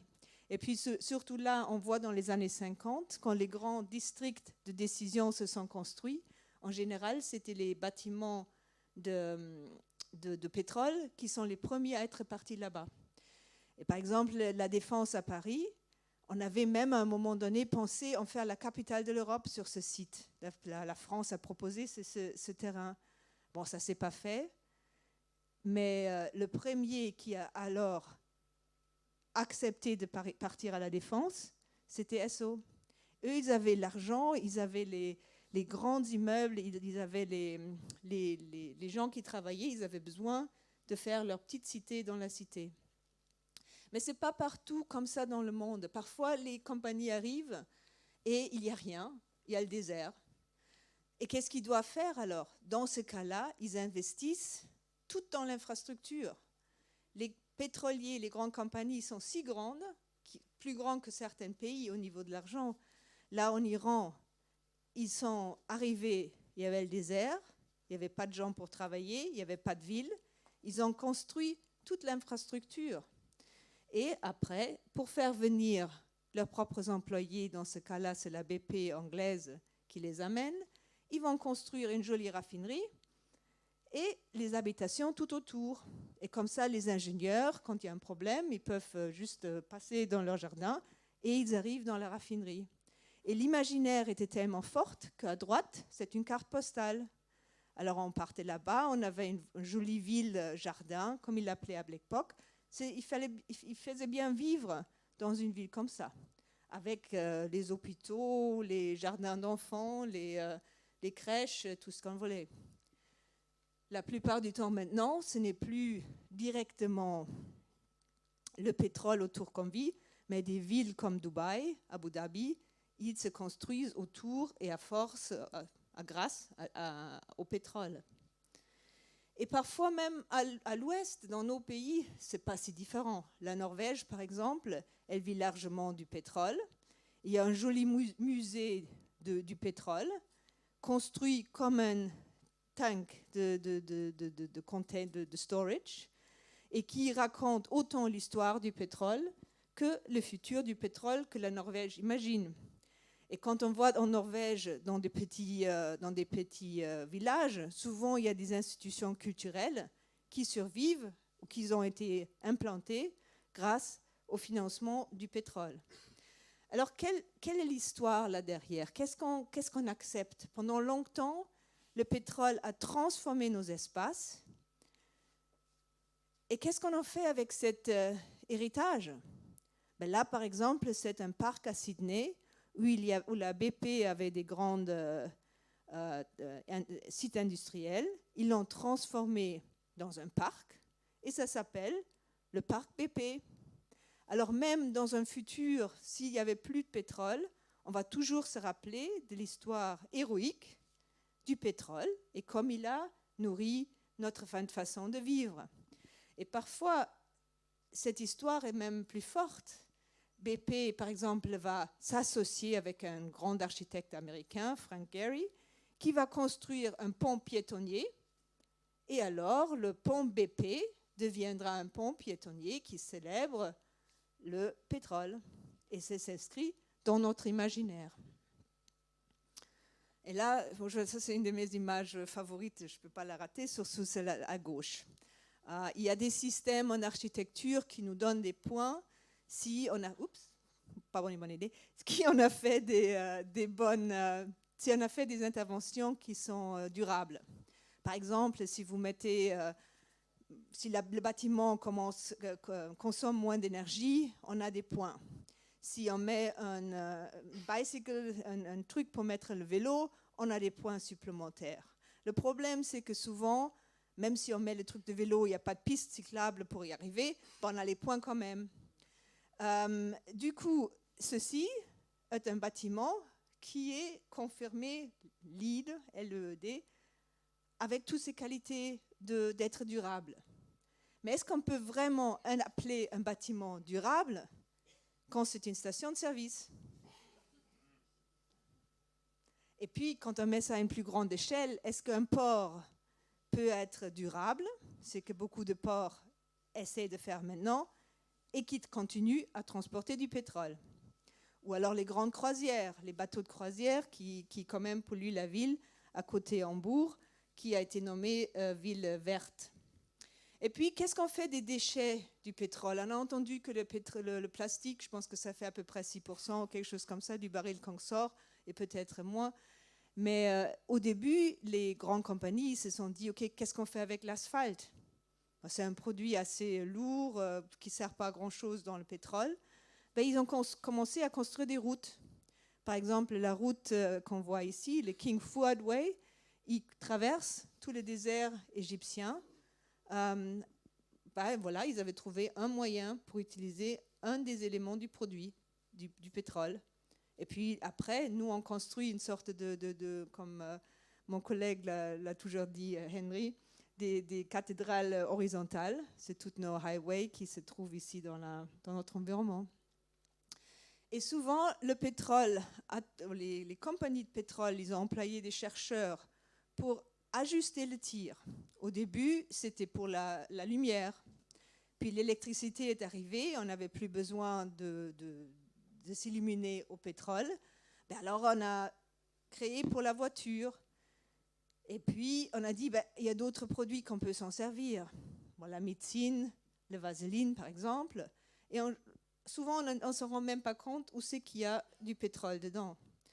Mais le rêve plastique, c'est un rêve qui commence dans la Deuxième Guerre mondiale. Les éléments plastiques sont utilisés pour plein de produits dans la guerre. La guerre avance la créativité. Et puis à la fin de la guerre, on se dit, mais qu'est-ce qu'on va faire de tous ces produits? Là, ils ont trouvé le monde entier pour être consommateurs. Et entre autres, ça c'est une maison qui se construit à Disneyland. C'était la maison du futur en 1958. Et là, on a une collaboration de Monsanto, grande boîte chimie, MIT, Université technologique, et Disneyland. Et les trois ensemble vont faire un projet pour une maison du futur, qu'on voit ici, qui est une maison complètement en plastique, avec plein d'innovations, dont on en a vu plein maintenant, le micro-ondes, etc., etc. Ils avaient déjà imaginé. Et puis ça va attirer plusieurs millions de gens pour le visiter. Et quand on regarde bien, c'est tout le système, la femme dans la cuisine, etc. C'est tout un système à vivre qui est imaginé en même temps. Il y a certaines maisons en plastique qui vont se construire. La maison Futuro, par exemple, il y en a une centaine. Mais la plupart du temps, c'est tous les autres éléments plastiques qu'on a dans notre maison. Et je pense qu'il n'y a presque pas de maisons qui n'en ont pas. Les professionnels, ils ont leurs journaux. Les consommateurs ou les consommatrices, on les attire de plus en plus avec de nouveaux produits. Les Tupperware parties, la façon de vivre, les bas, etc.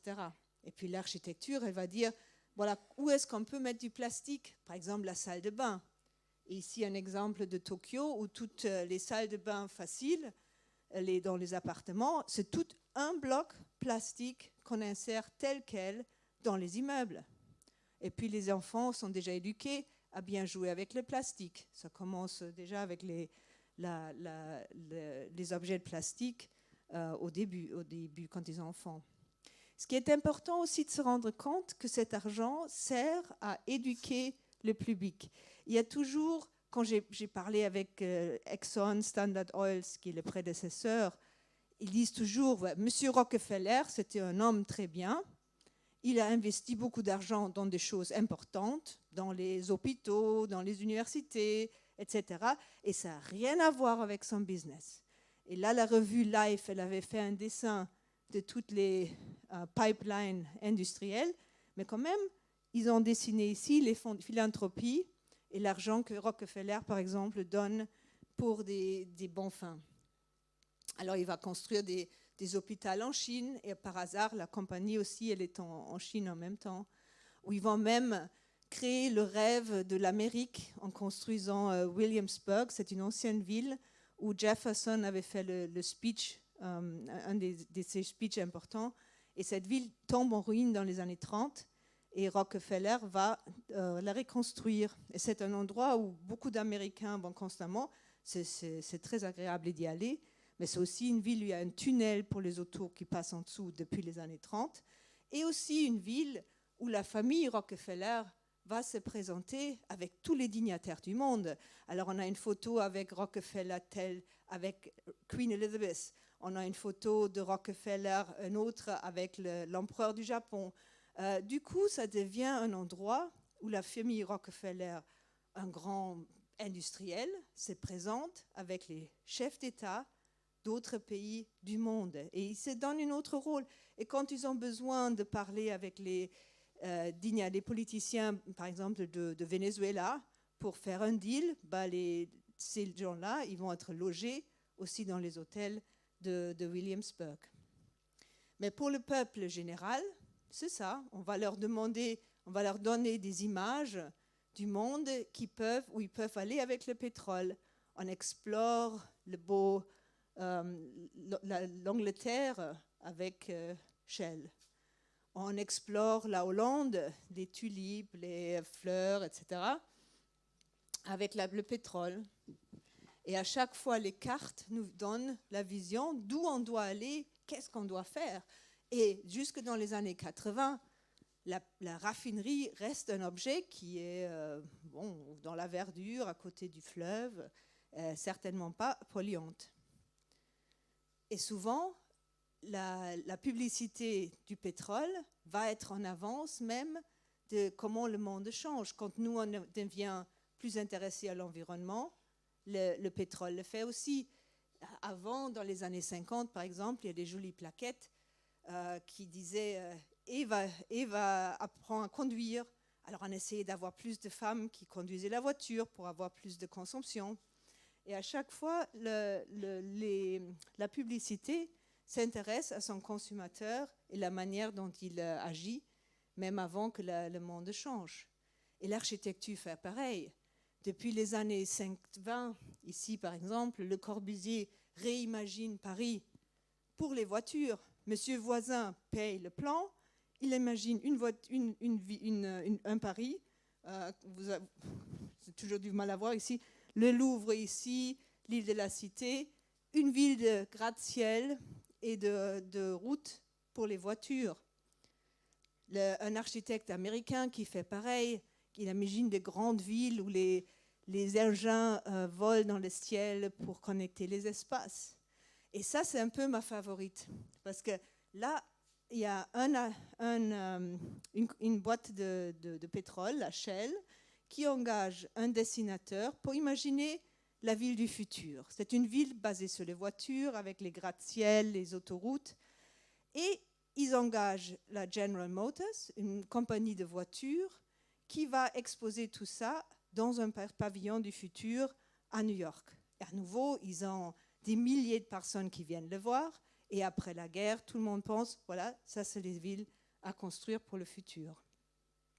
Et puis l'imaginaire du pétrole est partout, que ce soit le centre Pompidou, que ce soit une librairie à Rotterdam. C'est le design de la raffinerie qui les inspire. Les artistes prennent les idées de la station de service et les enfants jouent avec. Je veux dire, on est du premier âge, on prend les briques Lego, plastique, pétrole pour reconstruire des éléments pétrole dans lesquels cet imaginaire est créé de la petite âge. Et même à Legoland, par exemple, on verra après la tour Rockefeller. Alors la question, c'est qu'est-ce qu'on va en faire de tout ce paysage? Parce que tout ce paysage-là a besoin d'être transformé. Est-ce qu'on va construire des musées? Ça, c'est un musée pour un premier site de pétrole. Est-ce qu'on peut en faire des musées de tous ces grands espaces pétroliers? C'est peut-être encore possible de faire un bâtiment de patrimoine d'une de ces structures, mais qu'est-ce qu'on va faire avec tous ces silos? Est-ce qu'on peut faire autre chose de ça. Peut-être une station-service, ça peut se déconstruire et ça ne prend pas trop de temps pour la nettoyer. Mais ça, qu'est-ce qu'on va en faire quand on ne s'en sortira plus? Et quels sont les monuments qu'on conserve? Ça, c'est un des nouveaux monuments à Amsterdam.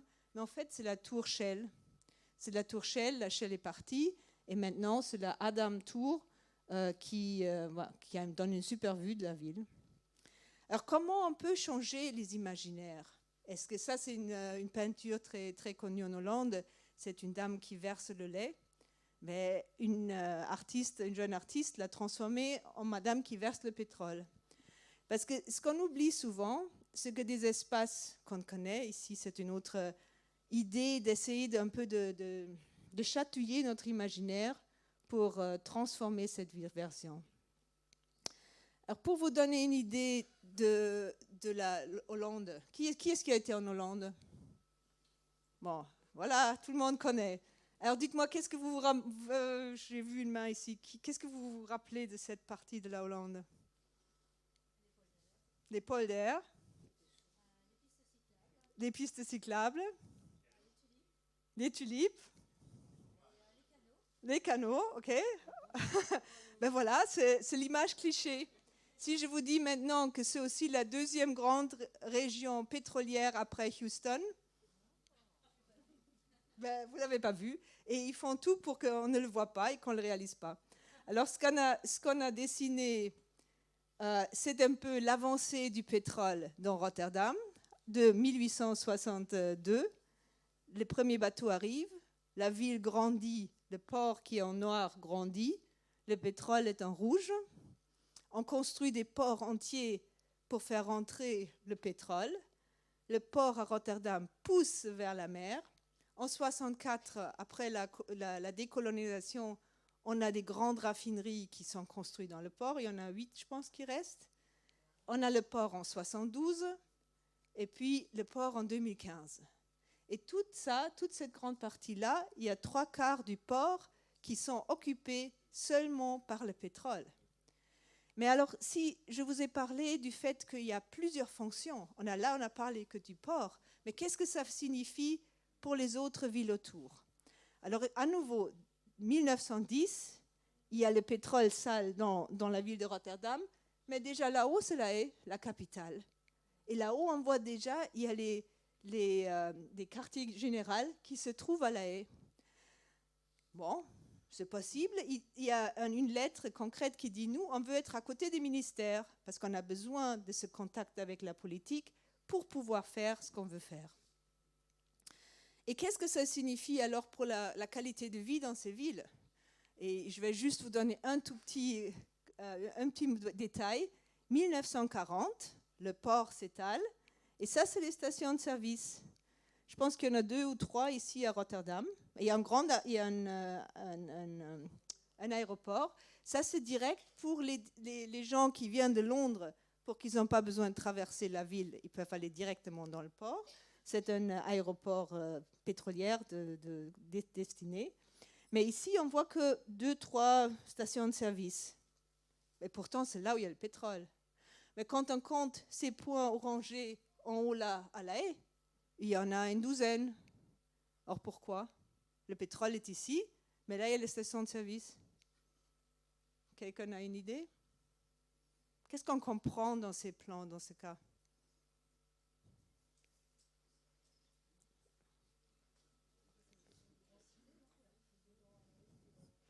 Est-ce que c'est une question de densité? Alors tout ça, ça fait ville.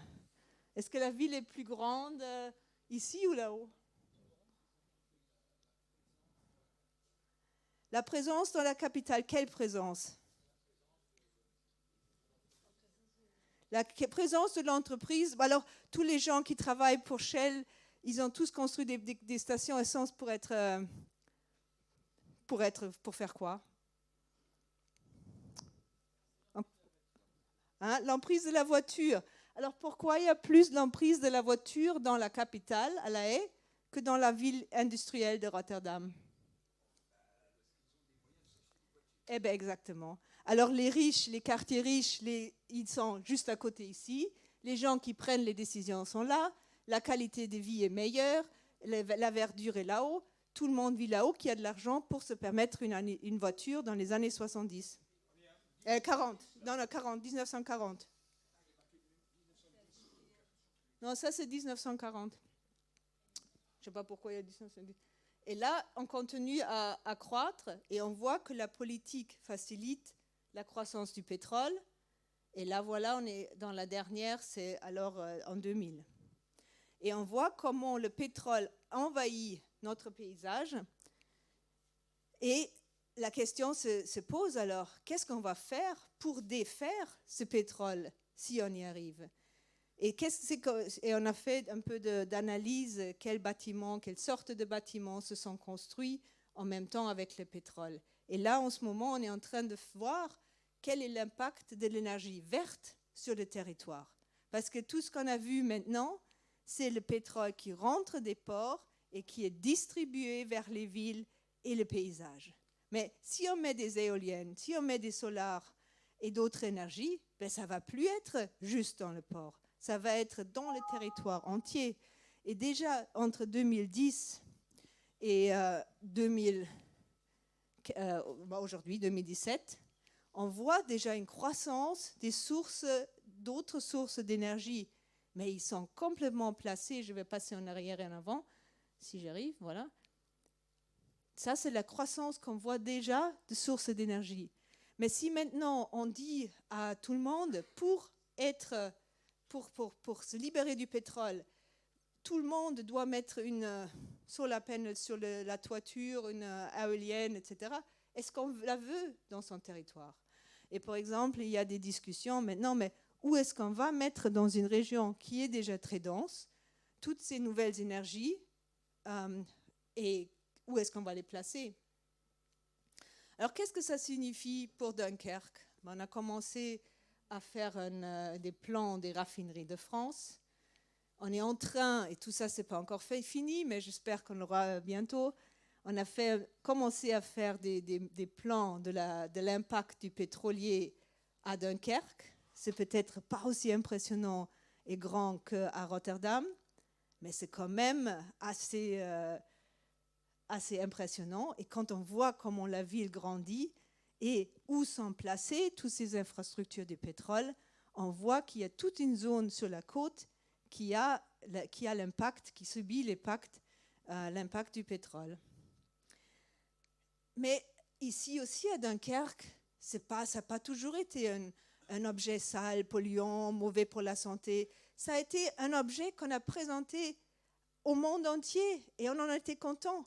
Alors vous allez voir l'original au musée du port. En fait, je devrais dire, ça c'est peut-être la peinture qui a lancé tout ce projet, parce que quand je l'ai vu au Port Museum, j'étais fascinée par toute l'installation du pétrole qu'on voit au premier clin d'œil. Comment c'est possible qu'à cette époque-là, 1923, les gens vont exposer le pétrole, ils en disent « Waouh, on en est fiers ». Et Christine, on pourra en parler plus, je vais vous montrer quelques images. Mais pour vous mettre à Dunkerque, on a analysé cette image de plus. Et après, on peut trouver quelles sont les compagnies qui se sont implantées où et quels étaient ces jolis tonneaux, les storages pétrolières qui se trouvent dans cette image. Et le pétrole, on me demande toujours, alors est-ce qu'il n'y a pas eu une chute dans l'histoire du pétrole? Est-ce qu'il n'y a pas eu des problèmes, les guerres, les désastres, etc. Et bizarrement, il semble, c'est qu'un petit moment, mais ça reprend tout de suite après.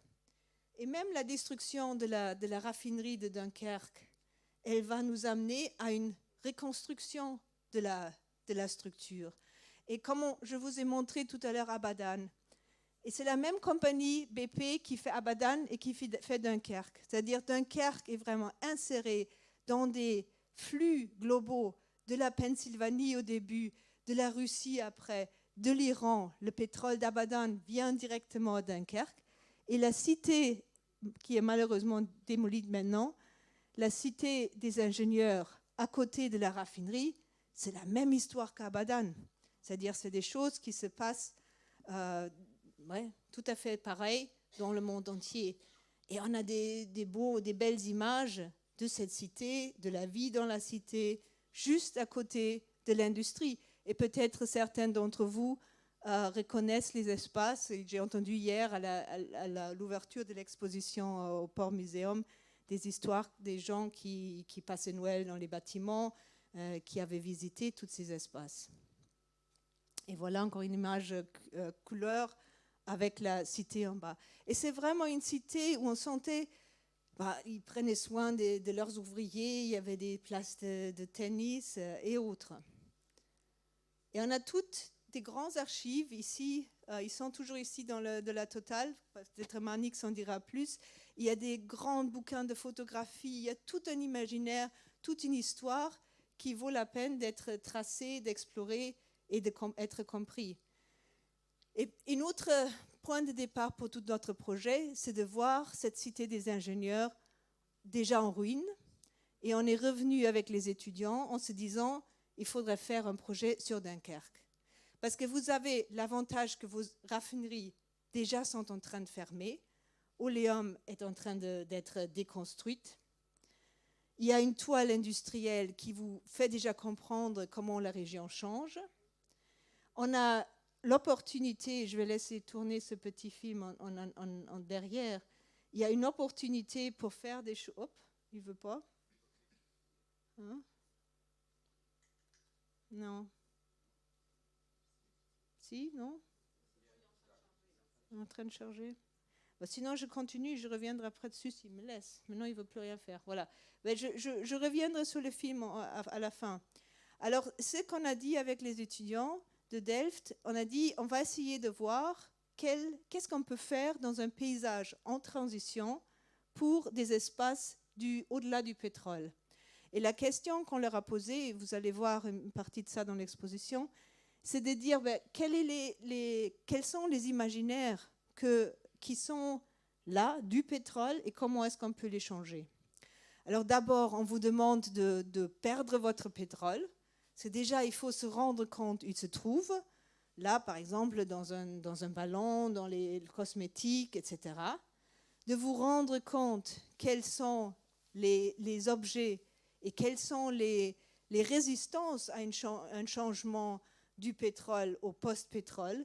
Par exemple, ici, 60% des énergies utilisées en Europe sont des énergies fossiles. Mais c'est pas... voilà, c'est presque pas incroyable. Mais c'est aussi le pouvoir de la statistique, des chiffres qui nous racontent certaines histoires. Alors, on a essayé de capter cela avec des citations. Tant que ce n'est pas interdit, c'est permis. Christophe de Margerie, le PDG de Total, par exemple. Et on a des citations semblables d'autres grandes têtes de l'industrie du pétrole. Et en même temps, vous verrez en haut dans l'exposition les problèmes que ça crée. On a entendu dans la présentation avant qu'on va bientôt essayer d'aller pour la dernière goutte du pétrole. Et ça, c'était aussi une des idées d'un des projets qui sont présentés en haut, d'un des étudiants, qui dit la raffinerie de Dunkerque, elle va être couverte avec une structure et on va extraire les dernières gouttes de pétrole qui resteront encore dans l'ancienne raffinerie. Au-dessus, voilà votre jolie mairie, avec les bâtiments de Dunkerque. Et pour la décoration, hein, la tour Rius. Ici, on a toutes les éoliennes et là, la consommation, parce que les gens qui vivent ici ils ont tellement besoin de leurs gadgets électroniques et autres que voilà, les éoliennes font fonctionner le monde. Mais les dernières gouttes de pétrole dont on a besoin pour la médecine et autres sont extraits de la raffinerie. Et sinon, on a le contact avec les grands bateaux qui vont amener des choses, ou une autre vision utopique ou dystopique, comme vous voulez, sur les grandes forces à droite. On a des analyses plus politiques, mais on a aussi des visions comme celle-là du terrain de Dunkerque, à nouveau que vous allez découvrir bientôt, où l'étudiant disait on va créer des machines qui bougent automatiquement pour nettoyer les terrains. Parce qu'on ne sait jamais à quelle profondeur on doit ouvrir la terre pour la travailler parce qu'elle est complètement polluée. Est-ce que c'est 4 mètres, 5 mètres, qui va payer pour ça? Alors il a imaginé des machines qui se déplacent automatiquement à la force du vent, par exemple, comme les bêtes en Hollande, et qui très doucement se promènent sur le territoire et le nettoient et en font repousser d'autres objets. Alors je vous donne un petit clin d'œil déjà de l'expo, mais je pense que le but, c'est un peu ça, que d'arriver à un nouvel imaginaire où les raffineries, les objets du pétrole sont tellement des objets du passé que comme les moulins à vent dans les Pays-Bas où les gens prennent leurs photos de mariage, ben on va se retrouver devant l'oléum total et ce sera un objet du passé et on l'aura dépassé et remplacé par des nouvelles énergies. Voilà, ça c'est un peu le parcours que vous allez voir et j'espère que ça va vous faire penser à faire réfléchir. Je voudrais aussi prendre le moment avant que j'ouvre les questions pour remercier tous ceux qui sont dans la salle qui ont facilité ça. En fait, en quelque sorte, l'histoire a commencé avec Dominique Lancrenon parce qu'on s'est vu en Italie, qui m'a dit « il faut absolument que tu parles à Marnix, le directeur ici », qui est venu à Rotterdam parce qu'on avait une autre exposition là-bas, avec Henry, où est Henry ? Là-bas. Henry qui enseigne le studio avec moi, puis tous les étudiants qui ont été impliqués, hands up, Paolo qui co-enseigne le studio, voilà, et avec qui on a dessiné l'exposition, et puis Tom et Matthew, et qui est-ce que j'oublie, qui ont fait... Et Stéphane, là, tout au fond, tu te caches, Stéphane, qui est notre link français, qui fait sa thèse sur Dunkerque, Anvers et Rotterdam pour voir comment la législation peut nous permettre d'aller plus vers la transition. J'interprète un peu, tu expliqueras mieux. Et puis tous les autres, Tom qui a fait un des films qu'on verra dans l'exposition, Matthew qui a fait beaucoup de travail sur le dessin de la timeline, entre autres. Mais voilà, et il y en a plein d'autres qui n'ont pas pu venir. Mais merci à tout le monde et merci d'avoir facilité cela et tous les autres que je n'ai pas encore mentionnés. Merci.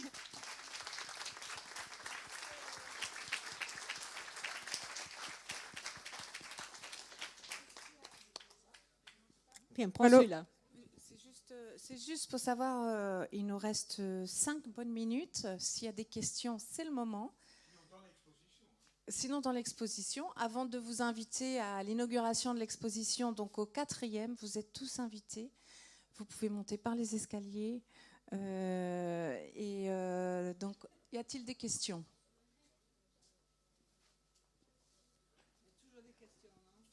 Oui, il y en a une là-bas. Ah bah, il y a un micro. Oui, bonjour à tous et merci pour cet exposé concernant, je dirais, ce que vous avez défini par rapport à l'après, non seulement l'après-pétrole, mais les perspectives de ce qui peut être produit ici sur le Dunkerquois. Excusez-moi, je me présente. Je suis Philippe Pouget. Je fais partie en fait du conseil citoyen de la ville de Tettegem, qui est une petite commune, je dirais, dans la banlieue dunkerquoise. Et en fait, je pense que le futur de Dunkerque, du Dunkerquois, a un petit peu en parallèle avec ce qui se passe dans d'autres pays, notamment aux Pays-Bas, hein, évidemment, concernant l'avenir après le pétrole. Et donc, comment percevez-vous ce qui a été fait chez vous aux Pays-Bas par rapport à ce qu'on pourrait, j'aime pas le terme copier, mais en fait envisager sur la zone du Dunkerquois? C'est une bonne question pour savoir qu'est-ce que Dunkerque et la région peuvent apprendre d'ailleurs. Je ne suis pas toujours sûre que ce soit nécessairement des Pays-Bas. Et entre autres, parce que le port de Rotterdam a un problème autre que celui de Dunkerque. Les raffineries à Rotterdam et Anvers, ils ne vont pas fermer dans les 20 ans qui vont venir. C'est-à-dire, en fait, Dunkerque peut être un précurseur, et j'espère qu'à un moment donné, Rotterdam regardera Dunkerque comment ça a été fait. Mais où c'était peut-être important et intéressant de comparer, c'est de voir quelles sont les difficultés d'une région port de devenir circulaire. Et du moment, et c'est pour ça que je vous ai montré aussi la station-service qui est durable, ben, en Rotterdam, en plein de ports, on crée des ports durables, mais on fait circuler le pétrole. Et tant que l'Allemagne, par exemple, avec la zone industrielle, aura besoin du pétrole, toute la Hollande peut devenir verte, durable, et ça ne changera rien du tout au port. Alors, comment est-ce qu'on engage un complexe industriel qui a aussi ses qualités? C'est-à-dire, il y a des rapports entre la région et le port qu'il faut repenser. Et c'est pour ça que je pense que la toile industrielle est tellement intéressante. Après, de voir quelles sont les structures de gouvernance pour amener les gens qui vivent dans la région, pour penser ensemble quels sont les moyens pour les éoliennes ou d'autres moyens de générer l'énergie. Quels sont les moyens pour prosommateurs, je ne sais pas si ça, c'est pas vraiment un mot, on a cherché avant déjà, de faire des gens qui sont consommateurs en gens qui produisent. Et en quelque sorte, il y a vraiment un besoin de trouver des régions qui innovent. Alors, quels sont les moyens de trouver cette sorte d'innovation? Et pour ça, je dis, c'est peut-être pas vers Rotterdam qu'il faudrait s'orienter, mais c'est d'autres régions du monde qui sont peut-être plus intéressantes pour Dunkerque. Il y avait justement une conférence entre les villes-ports où une des questions, c'est comment le port s'engage dans le territoire et vice-versa. Je pense que c'est là de voir, de tester un peu comment cet rapport ville-port et la transition énergétique, sociale, technologique peut aider et faire repartir en quelque sorte une région. D'accord, merci.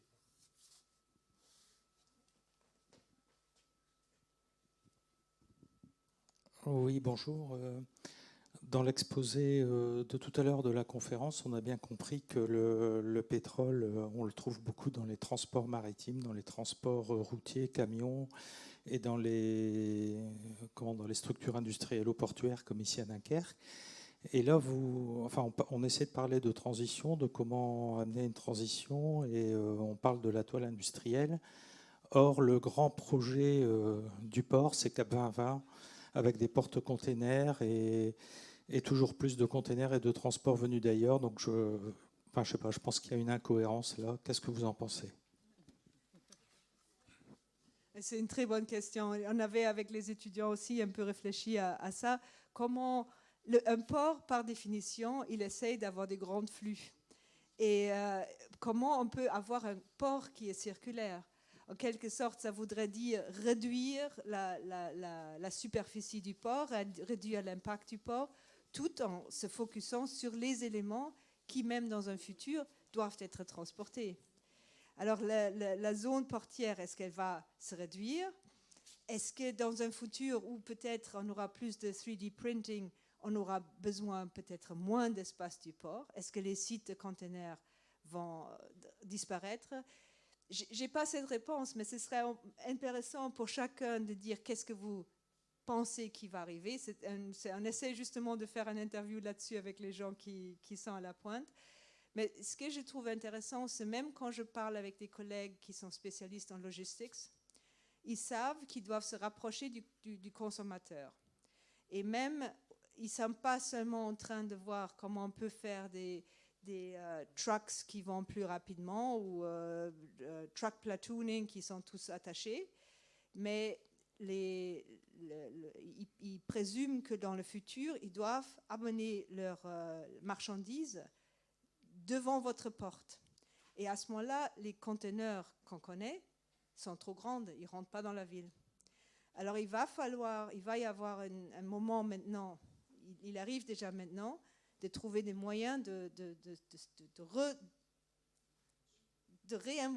réinventer les conteneurs en plus petits pour réintégrer port et ville.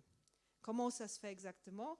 Je n'ai pas la réponse, mais je pense que la direction est dans la réintégration de port, fabrication, énergie et de la ville, plus que comme dans le 19e siècle. Et là, de voir quelles sont les capacités et les pouvoirs d'une région.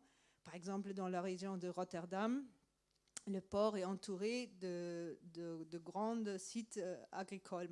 La Hollande, c'est le plus grand producteur, le 4e producteur mondial de vegetables, de légumes. Je pense qu'il y a un rapport à faire entre un port du futur, plus intégré dans la ville, plus petite peut-être, et une agriculture plus circulaire dans son environnement. Qu'on n'aura plus du transport du tout, ça j'y crois pas. Mais peut-être que ça sera plus dans des îles qui flottent dans le... Même, par exemple, si on imagine que l'énergie qu'on peut pas générer sur place, en Hollande, il n'y a pas assez de place pour faire toutes les énergies nouvelles, il va falloir construire des îles dans la mer du Nord, eh ben, il y aura toujours besoin de faire un port qui fait des allers-retours dans l'eau, quoi, par exemple.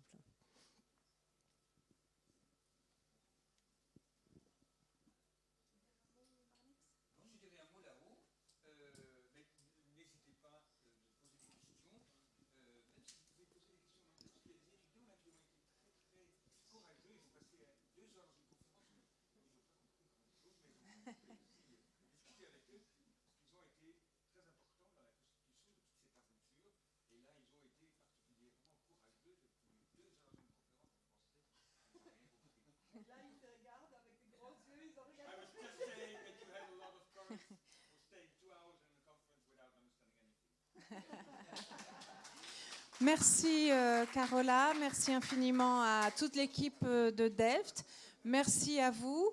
Demain, les dimanches des arts urbains, Mathieu Bogarts et Rémi Vosch, donc c'est à 15h. Vous avez les programmes, ne partez pas sans les carnets de conférences et le programme des dimanches des arts urbains. Et on retrouve tous ceux qui le souhaitent au 4e étage. Merci beaucoup.